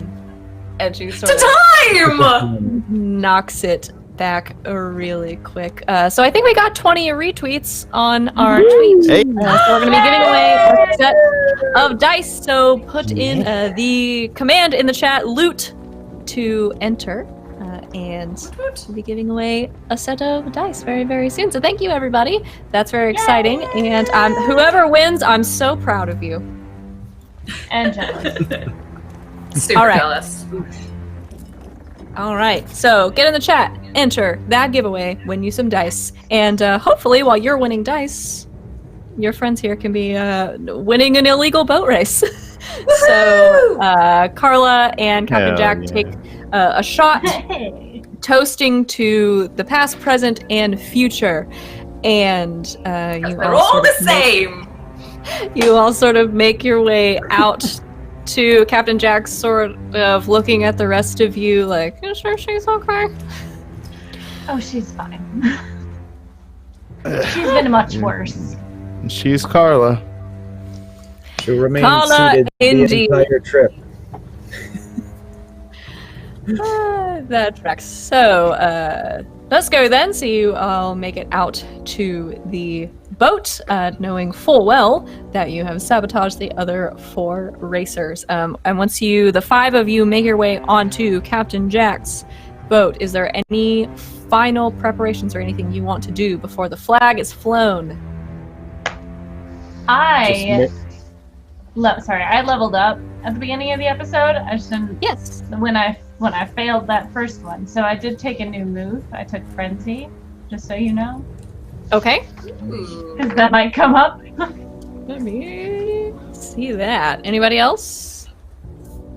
There was one more that I wanted to take. I'm going to look up the name of it really quick, but I leveled as well, so I'm taking another brainer move. I'm still 2 away. Trilby. Why are you so good at stuff? Yeah, well, you got to be good. I guess I could get in there and talk to people, and that would go bad, but... We talked with his fists. That too. Oh, yes. I'm going to take in-brain puppet strings. Oh, that sounds horrifying. You mean fun? Thanks, I hate it. What is that? Yeah, I mean that in the best possible way. So actually, if I could go say a quick good luck to Captain Caleb. That'd be great. You can, yeah. Oh no. So you approach Captain Caleb, who ever difficult to read, kind of looks at you, kind of looks you up and down, says, Lady Carla? I just wanted to say have a wonderful race. And sort of reach out and tap him on the shoulder. And and I'll roll some word. Yes, roll See word. what happens.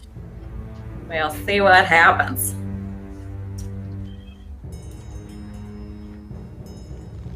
Oh. Okay, it's an 8. Okay, so So that on is a hold 1. Hold 1. Okay. And then you can spend that 1 for 1. You're doing in-brain puppet strings? Yes. So I can plant a command inside his mind. And that command will be stop the boat. Just in case. He seems like our worst competition. So if it looks like for some reason he's going to win in any capacity, he's going to stop the boat. Okay, so you plant this command, sort of laying a finger on Captain Caleb's side, and just this momentary connection that you feel between you and the just deep innermost part of his psyche. You plant this command that you can you trigger this later, or is it just you saying, okay, all right, so you have this hold over him. Should you need Captain Caleb to stop the boat, you get the feeling that he would do this for you. Excellent. And so he kind of looks at you and says, thank you. It's gonna be fun. Oh yes, it is. And he kind of okay, goodbye. I just say goodbye and walk away. He kind of shakes his head a little bit and blinks a couple of times, and none the wiser sort of goes off to his boat, and you all load up onto the boat, the ship, the speedboat of Calico Jack. Yep. Mm-hmm. And the race is going to begin. So the 5 boats sort of make their way to the starting line. Everybody turning their engines on, and I don't know how this works. They turn the boats on, and they drive the boats very good. And The boat makes the broom Yeah, They both are fast. all the boats go vroom and they go to the. They go boat, boat, boat, boat, boat, boat, boat, boat, boat, and it's great. Turning those, it looks like we have a winner of our dice in chat. Yeah. So congratulations, the Kraken DM. You have won our giveaway. So yay dice! Proud of you. And also, yay knew boat you could do races. it. Yay, boat! We're so proud. We're all so proud. So you all sort of pile up onto Jack's boat. Everyone kind of taking. Do you take a seat? Do you stand? As we all pull up these very loud boat engines, and everybody is sort of like waiting in hesitation for the flag to drop from the end of the dock. Does anyone do anything before the race is on? Verulo braces himself and sits wherever he can that seems safe. Carlos is at the very front of the boat. Like this. I was gonna say, are any of you but Traeger familiar with the concept of seatbelts? Because there Hell are no. none on this boat. I just want to know if No. anyone is horrified by I'm the just lack gonna of grab seatbelts. onto whatever I see. I I'm think gonna sit directly newer in cars front in of- the 60s had them. Maybe. Eh. Maybe. Yeah.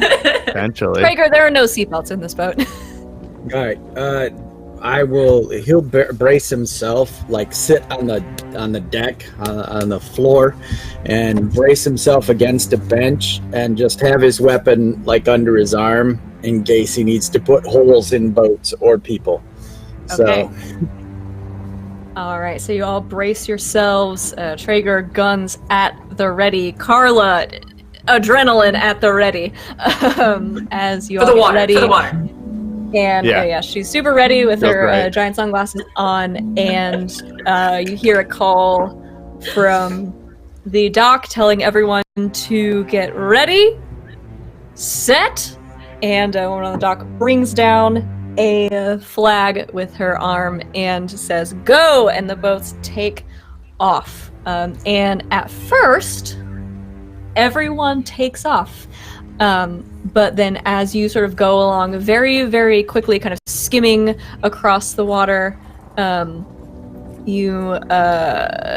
the water sort of spraying against your skin, probably feeling wonderful after spending all day in the sun. Verulo and Maggie sort of bracing yourselves, kind of holding on, moving faster than I would think you've ever moved in your entire lives. And Traeger is probably fine.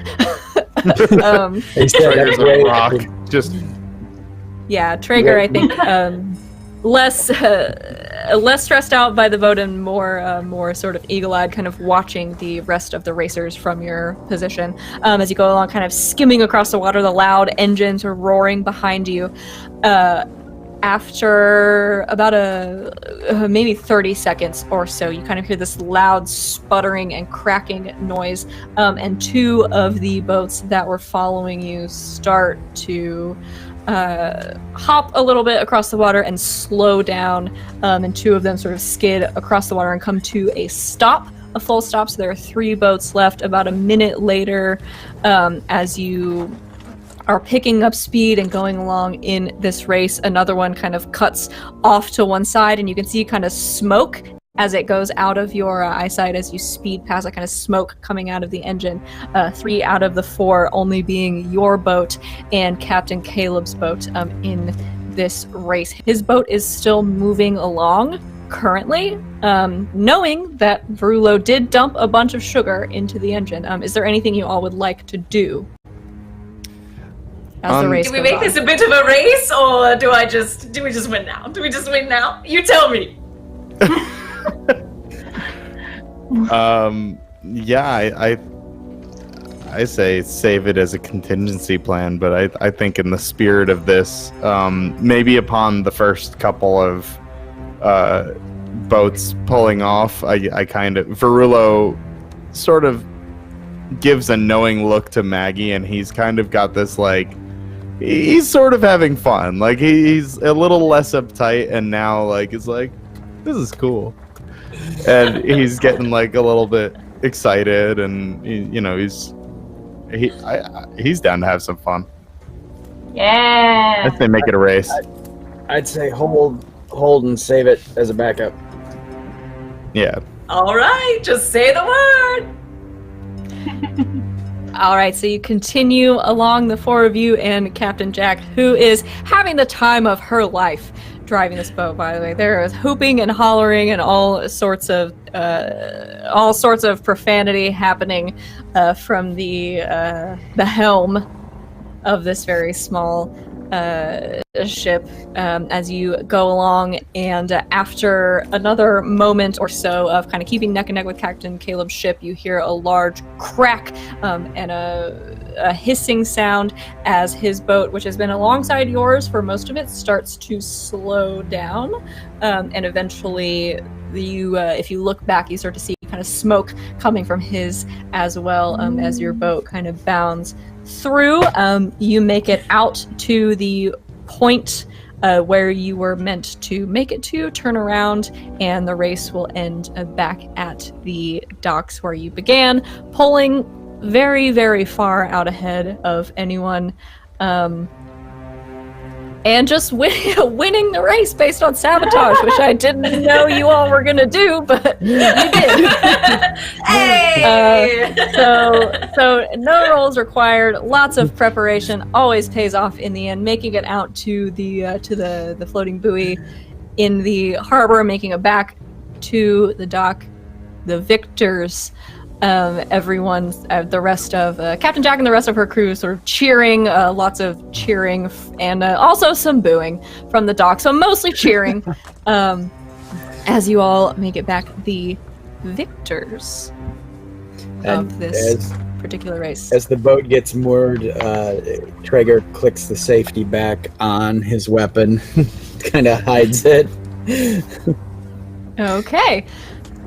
All right, so you and Captain Jack, sort of in a very celebratory mood, is kind of throwing her arms up, like steps off as soon as you make it to the dock, sort of trusts her deckhands that are there to tie the boat off, makes it onto the dock, sort of arms raised, and everyone lets off this large kind of cheer, and then she looks back to the four of you, kind of acknowledging you, and there is another kind of loud cheer for the friends of Captain Jack. And then everyone on the dock falls silent as you're all kind of sitting on this boat, and the crowd that is on the dock sort of parts, and a figure comes walking through this crowd. It is hard to tell anything about them. They are wearing sort of black clothes, this black linen shirt, black pants, boots, much like the things that you all were given to wear, should you have chosen to wear them. But over their face is this gold mask that has been described to you a couple of times at this point, that covers all of their eyes and nose and most of their cheekbones, leaving only their mouth exposed. It has these twisted kind of eyebrows that make it look essentially like a very angry kind of demonic face, but clearly in gold leaf. You've heard this mask described to you a couple of times at this point, so you can make whatever assumptions you would make, but a hush falls over the crowd as this person kind of makes their way toward Captain Jack and the boat, holding a case. It looks sort of like maybe like an old, like a scroll case or a map case. Those of you that are from sort of older time periods might recognize this as something that somebody would carry something like that in. And without a word, walks up to Captain Jack, hands it over, and turns around and starts to walk away. Maggie immediately gets off the boat and has gone into her bag and pulls up an alabaster mask, white, and she places it on her face and shouts to the man, "Speak your truth."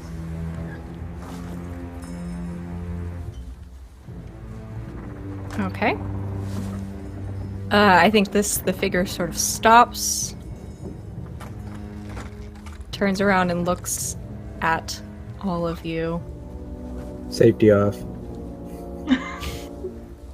Is Maggie doing anything? Do you have any moves you're doing, or you're just speaking to them? I am just speaking to him at this point. Okay. Standing strong on the dock. People parted on my sides, I think. All right, so they kind of look at all of you, look at Maggie, and look at Maggie for a very long time. The figure kind of cocks their head to one side, as if they're thinking about something, and just says, "Interesting to see you here." Is it? You didn't think someone would come after you for doing what you do? Oh no, I knew you would. I know you. I know all of you.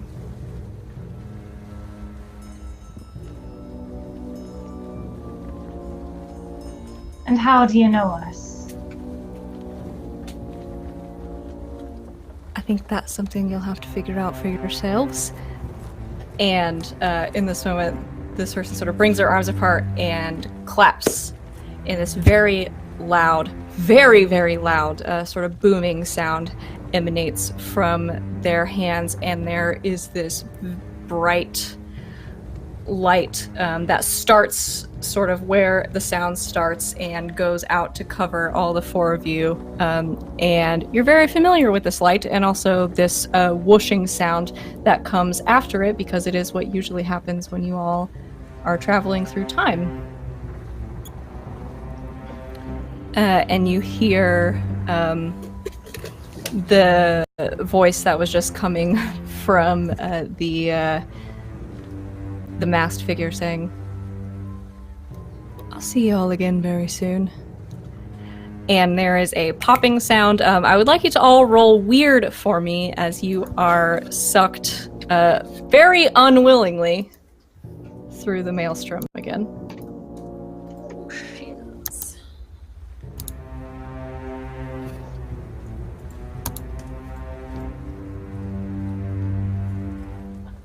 Oh, jeez. All right. Poor little baby Verulo. All right, what'd you guys get? Heard a 12. Oh, Verulo'd. Uh-oh. I Verulo'd hard, dude. Oh no. It was bound to happen, man.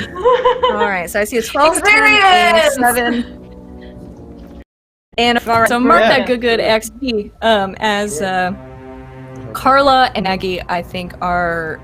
This makes sense to me because you seem like the most equipped to deal with the weirdness of the maelstrom. And then Traeger's okay. Verulo, not great when this is sprung on you. So I think there is the light and the whooshing sound and the voice telling you that they will see you again very soon. But you are all sucked into this sort of wormhole of light and sound, and it is very disorienting. Verulo, especially, I think, as you are kind of not physically, but somehow you feel like you are kind of turning end over end and are very disoriented. And you all land, Carla and Maggie sort of able to keep yourselves steady. Traeger probably a little shaky. Verulo probably spread eagle on his back, hitting the ground very hard, as you, for the first time, probably are ripped through time without being prepared for it.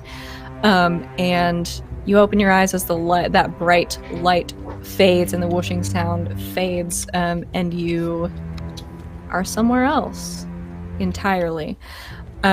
You are on a sort of cobblestone road. Verulo, especially, you know this because you're probably laying face down on it, having not fared very well from that sort of travel. And you all start to hear a sound, very loud, a little bit tinny, and it sounds like music. And I don't know that any of you... No, you definitely wouldn't. None of you would sort of recognize the sound. But as you stand up, Maggie, you were living in London when this all first started, right? Okay. Yeah. So you stand up, Verulo, and you all kind of get your bearings. And Maggie, there is a very large building in front of you that you recognize, though it looks much, much older than it did when you last saw it. It is Buckingham Palace. We're in London. Why are we in London? Traeger. Don't know. Look at my wrist pad. Wakey wakey. You have nothing. Nothing from Era. Nothing. Basic training, maybe? Some of us could figure out when. I think you can figure out when, based on the context clues around you. So if you kind of wander out, Maggie, you I think are aware based on everything around you and being from London, or at least having come from London and have lived there for a while. The buildings look older. The sense of fashion of the people walking around on the street around you, sort of outside the palace and everything, looks very different. There's a lot of sort of very high-waisted trousers, both men and women wearing them. Lots of flared out pants that are very flared out at the bottom, lots of blouses and things like that. And as you sort of wander around a little bit, making your way towards one of the sort of hubs where a lot of people are, there are posters posted up on a lot of the walls that show what appear to be some sort of musical act, some definitely sort of band. Lots of big hair and tight pants. One of the posters across it shows a lot of dates, one specifically being November 26th, 1986, and in large letters across one of the posters of this band, it says, "The Slippery When Wet Tour." And from one of the speakers that is nearby, that I think Traeger would recognize as a speaker, maybe Carla, to some degree, because you're not too far off from this decade, you sort of hear this tinny version of, "We've gotta hold on to what we've got. It doesn't make a difference if we make it or not." Not a song that any of you recognize, but you're in London, 1986.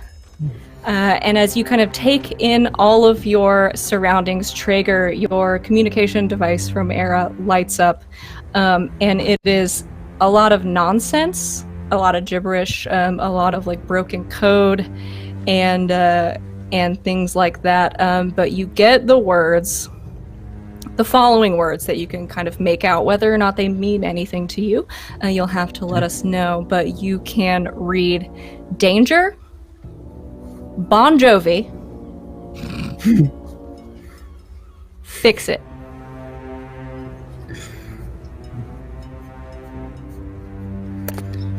Danger, Bon Jovi, fix it. That's all I got. And I kind of hold my arm out so that I can see it's just a jumble. And I'm like, we need to find out How what did we get here? Bon Jovi is. I assume the apotheosis guy somehow was able to send us through time. It I've never wasn't seen a a- man. No, it was a woman. Right. And she person, sounded guy, like you. individual. What? I picked up on that as well. Now that I've seen the mask, do I pick up anything about it that I can recognize from my spoopy past? From your spoopy past.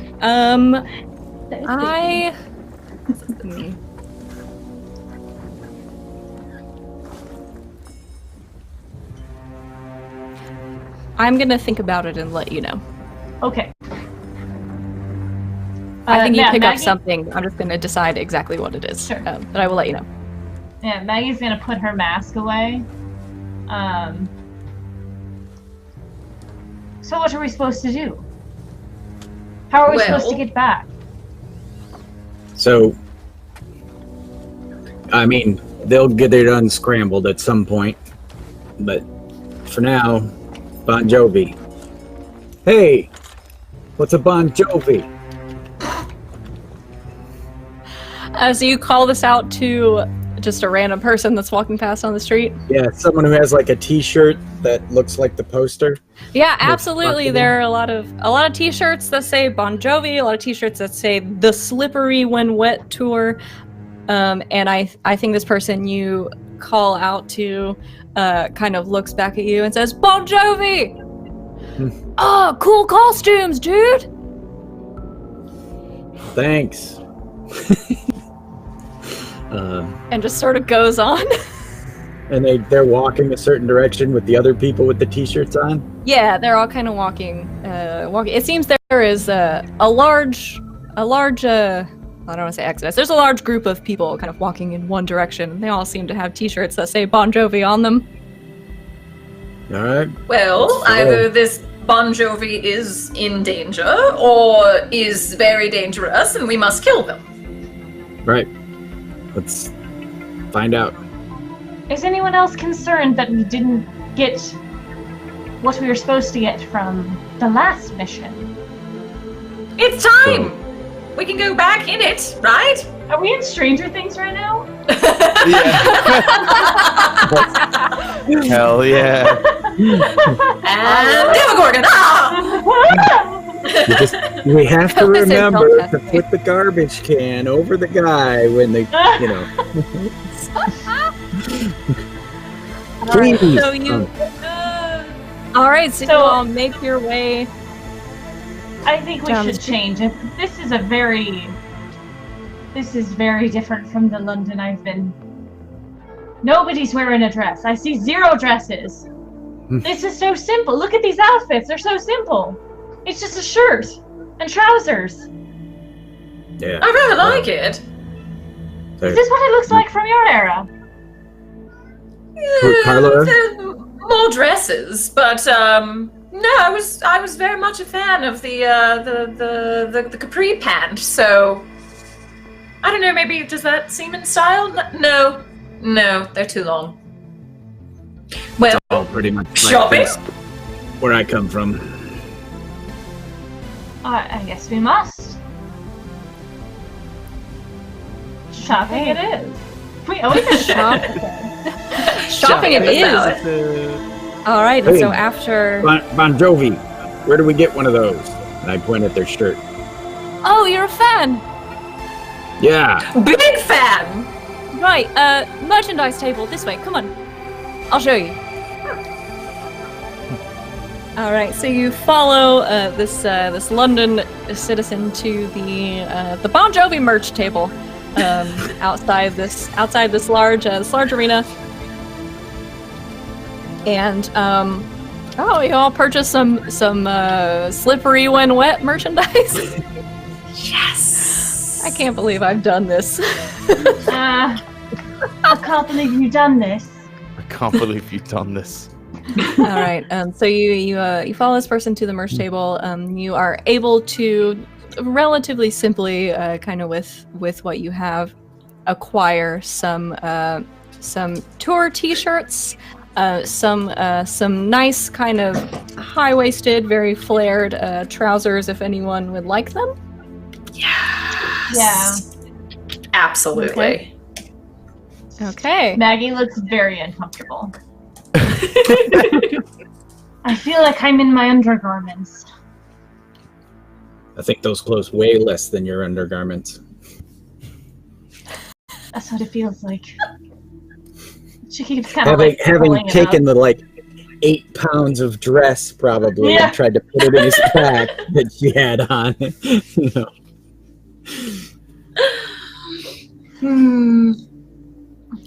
All right, so I've got at least 2 people. What are Traeger and Verulo going to wear? Are you going to change? Yeah, I suppose I'll slip on a Bon Jovi t-shirt.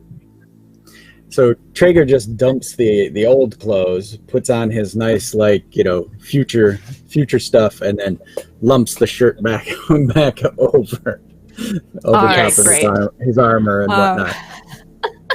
All right, great. So everyone is in Bon Jovi tour t-shirts.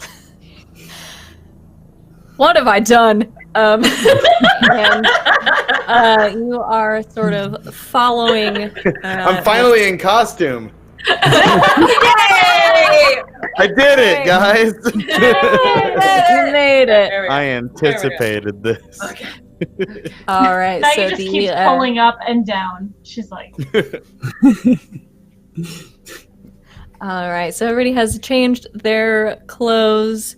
As the strange music to probably all of you, I think Carla being the closest to this era, is not overly concerned. It's definitely new for you, but it's not so out of the ordinary. The rest of you, I think, have no idea what to do with a Bon Jovi or a Whitney Houston.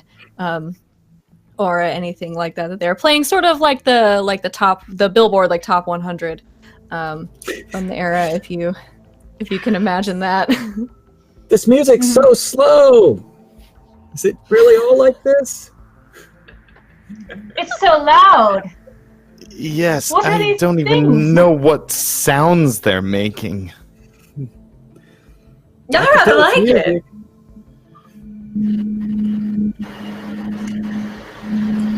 I'm enjoying it. Somebody must have to. I mean, God. All these people, obviously. What's happened to London? Well, when in London. Apocalypse, says Traeger to Maggie. yes, is this the apocalypse that we're saving people from? Correct. Yes, we're fixing time. Traeger's kind of smiling to himself, trying not to laugh. It vaguely reminds me of the locomotion, but well, like a train car. oh, it was this lovely song. There was a dad. Never mind. I'll talk about it later. Well, let's find this Bon Jovi, whatever they are. You think it's like a king, or? I knew a Bon Jovi when I was in medical school. He's down at his He's a relative. and he's like, I think it's these guys. Oh, they're a band! Oh, wonderful! What are people's faces on our shirts? How do they do that? I don't like this place. I want to go home. It's like a painting, but on this material instead of canvas. Weird. And Traeger doesn't know what this material is, like cotton. He's probably never seen cotton, so just this material. All right. So as you all sort of contemplate the loud '80s music and the screen printed cotton T-shirt, and start to follow the crowd that is headed towards who or whatever this Bon Jovi is, we'll go ahead and stop there for the day. I love it so much.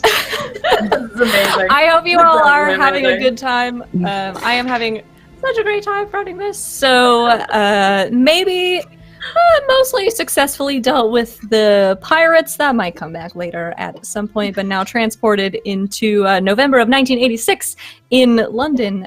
Next week, we will see what happens with that. Very quickly, we have an end of session. Something or other that we have to do. I'm scrolling towards the move. Scroll faster, please. Let's go. All right, session in. All right, PDFs are Great. So at the end of every session, which we will do very quickly, everyone will choose a character who knows them better than they used to, or if there is no one that knows you better after this session, pick someone who you have discovered doesn't know you as well as you thought they did, and we will move your histories as such. Does anyone have a thought they want to go first? Elvie's nodding her head very much. All right. Who knows Maggie better or worse than before? Well, I think both Verulo and Traeger, after the whole ghost thing, know her a little bit better. Okay. Yeah, I think we could do both of them. If you want. So if you, since they shared that moment, you will both add a +1 to your history with Maggie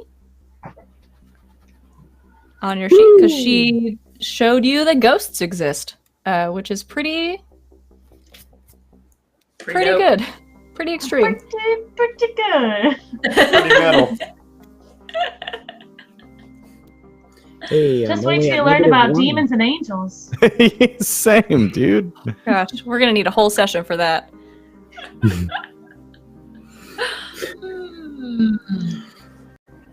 All right.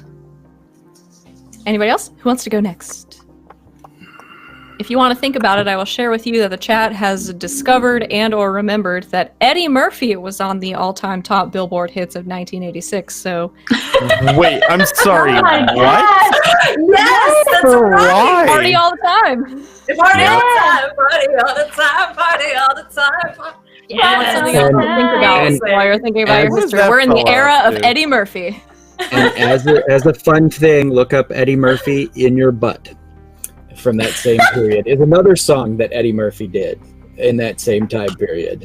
It doesn't feel Looking at responsible my of search me to history. encourage that, but I'm going to encourage it anyway. I had to look 1986. for it. Man, I had to see it live. All right. so. Anybody want to call someone else out for their history? Yeah. I really don't think. No, go ahead, Graybeard. Except for Maggie, I don't think we interacted in a way, any of us, that wasn't status quo from last mission. So I would have to call out Maggie too. Okay. Or in reverse.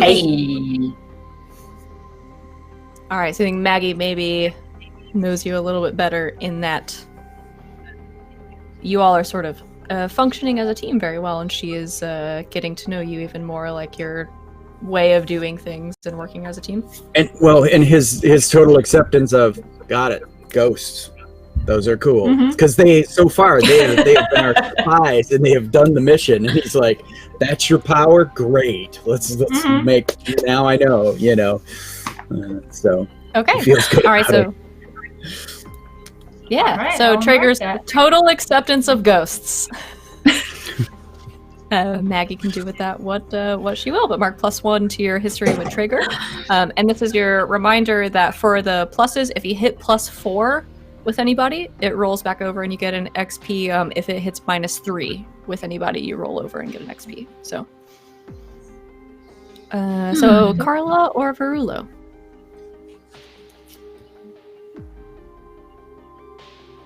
I think Carla gets me.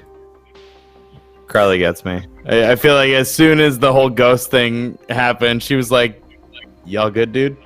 Like, and I think we had a couple moments throughout the session where she was like, "You got this, you got this." Like, he's getting constant support from Maggie and Carla. They're really trying to make him into the best angel he could be.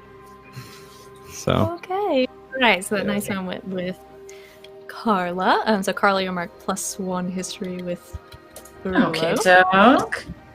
And that just leaves Carla. See, that solidifies it for me. Verulo, you really don't get Carla one bit. So feels I good. think that's a -1 on that one. Oh yeah. Damn, All right, the -1. Oh, you think she's he's nice. trying. I love He's just it a boy so. doing his best. He's doing his trust her. very best. I don't have a reason not to yet. Yeah. Big yet. He'll come around. All right. So if anybody hit a +4 or a -3 with excuse me, with any of the other characters, you roll over and get an XP. Otherwise, you just continue to exist where you are existing. So, next week, a week from now, Sunday, whatever that Sunday happens to be, at 5 p.m. Eastern Time, we will pick up on November 26th, 1986, at the Slippery When Wet tour in London, England, of Bon Jovi, whatever they happen to be, and whatever you happen to discover. Thank you, everybody, for hanging out with us. Please join us next week while we enter the danger zone and continue our trek through the 1980s as we stand right now. So we'll do some quick sign-offs because I know at 8 o'clock people have places to be. So for me, I am so happy to be here and be doing this thing, and thank you everybody for tuning in. I am at Savvy Seaworth on all of the social medias. You can also catch me at twitch.tv/game nights with 2 G's and a K, or GGK on Twitter, where I play in a lot of D&D games and also run a Monster of the Week game called All Myths Are True. So if you like what I do and want to watch those things, you can follow me there. The pointing is this way. Rob. Whoa, that's me. Hi, hello. I'm Rob. I am bonus stage Rob, or it's me. Hello. Hi, over here. We're so excited that we can do the opposite and make it work. Continue. Yeah, it's all good. I'm at twitch.tv/bonus_stage_Rob, where I play a bunch of stuff. And sometimes I'm off doing D&D things either here or at twitch.tv _runaway_robot, or really anywhere that'll have me, because I just love playing games.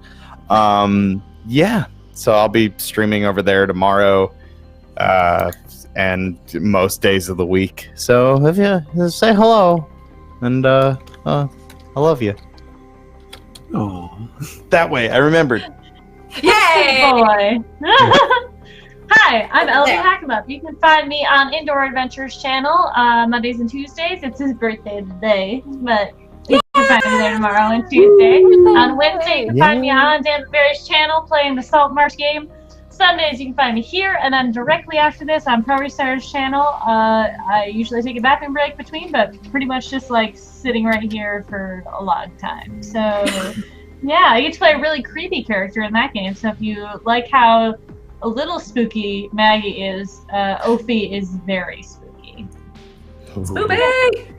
Chibi! Graybeard at Graybeard's Tavern. You can check me out Sunday mornings for some Darkest Dungeon, where I have a lot of props, even more props than one might imagine. And as yesterday was my birthday, and LB was here, she got to fire my crossbow in my basement crossbow range. What? You have Which he just has. Crossbow range. Yeah, he just has this, people. Sid, you don't? That's just a I mean, come on. Yeah, come on. I just got finished sweeping mine. Yeah, outside we did like night throwing and axe throwing and it's fine. Chinese stars. So we had it was a fun birthday. Party one. But you can check me out on Sunday mornings where we play with toys and do Darkest Dungeon. That's 10 a.m. Eastern Standard Time. And then Tuesday night this week, I am guest starring in the Curse of Strahd over on Indoor Adventures channel. I am a vampire hunter, a student of Van Richten, and I almost died last week. LB saved me. Thank you, ma'am. And then Wednesday, I'm in Saltmarsh, where I am a Warforged gunslinger. So come check me out there. That's on Damn It Barry's channel. And then check my Twitter for the rest of the week, because I will be streaming on and off when I can to just play some online cards or whatever. But that's good, because then we can talk about all my toys. So thank you. And Carla. Yay! Hey, I'm Christina Sid. You can find me on Twitter at the Greek Sid, not the Greek Sid, just Greek Sid. You can find me here on Sundays. You can find me every other Tuesday, and that includes this Tuesday. It's Tuesday Prime, woot, over on Femsplained. We're doing Neverland 5e, Peter Pan, and D&D. Come on, it's the bestest. And we'll be jumping back on a new channel for a continuation of our really cool game over from the Greyhound channel, Descent into Darkness. Just keep an eye on my Twitter for that. Yay! All right, thank you everybody so much. Follow all of these. They're the other way. All of these. Oh, wonderful people on Twitch, and anything you can find, they are wonderful. And we will be back for you next week, same time, same place, at twitch.tv/encounter roleplay. For those of you that are watching this on YouTube, at 5 p.m. Eastern Time every Sunday for the next several weeks. You can catch us here doing time travel shenanigans.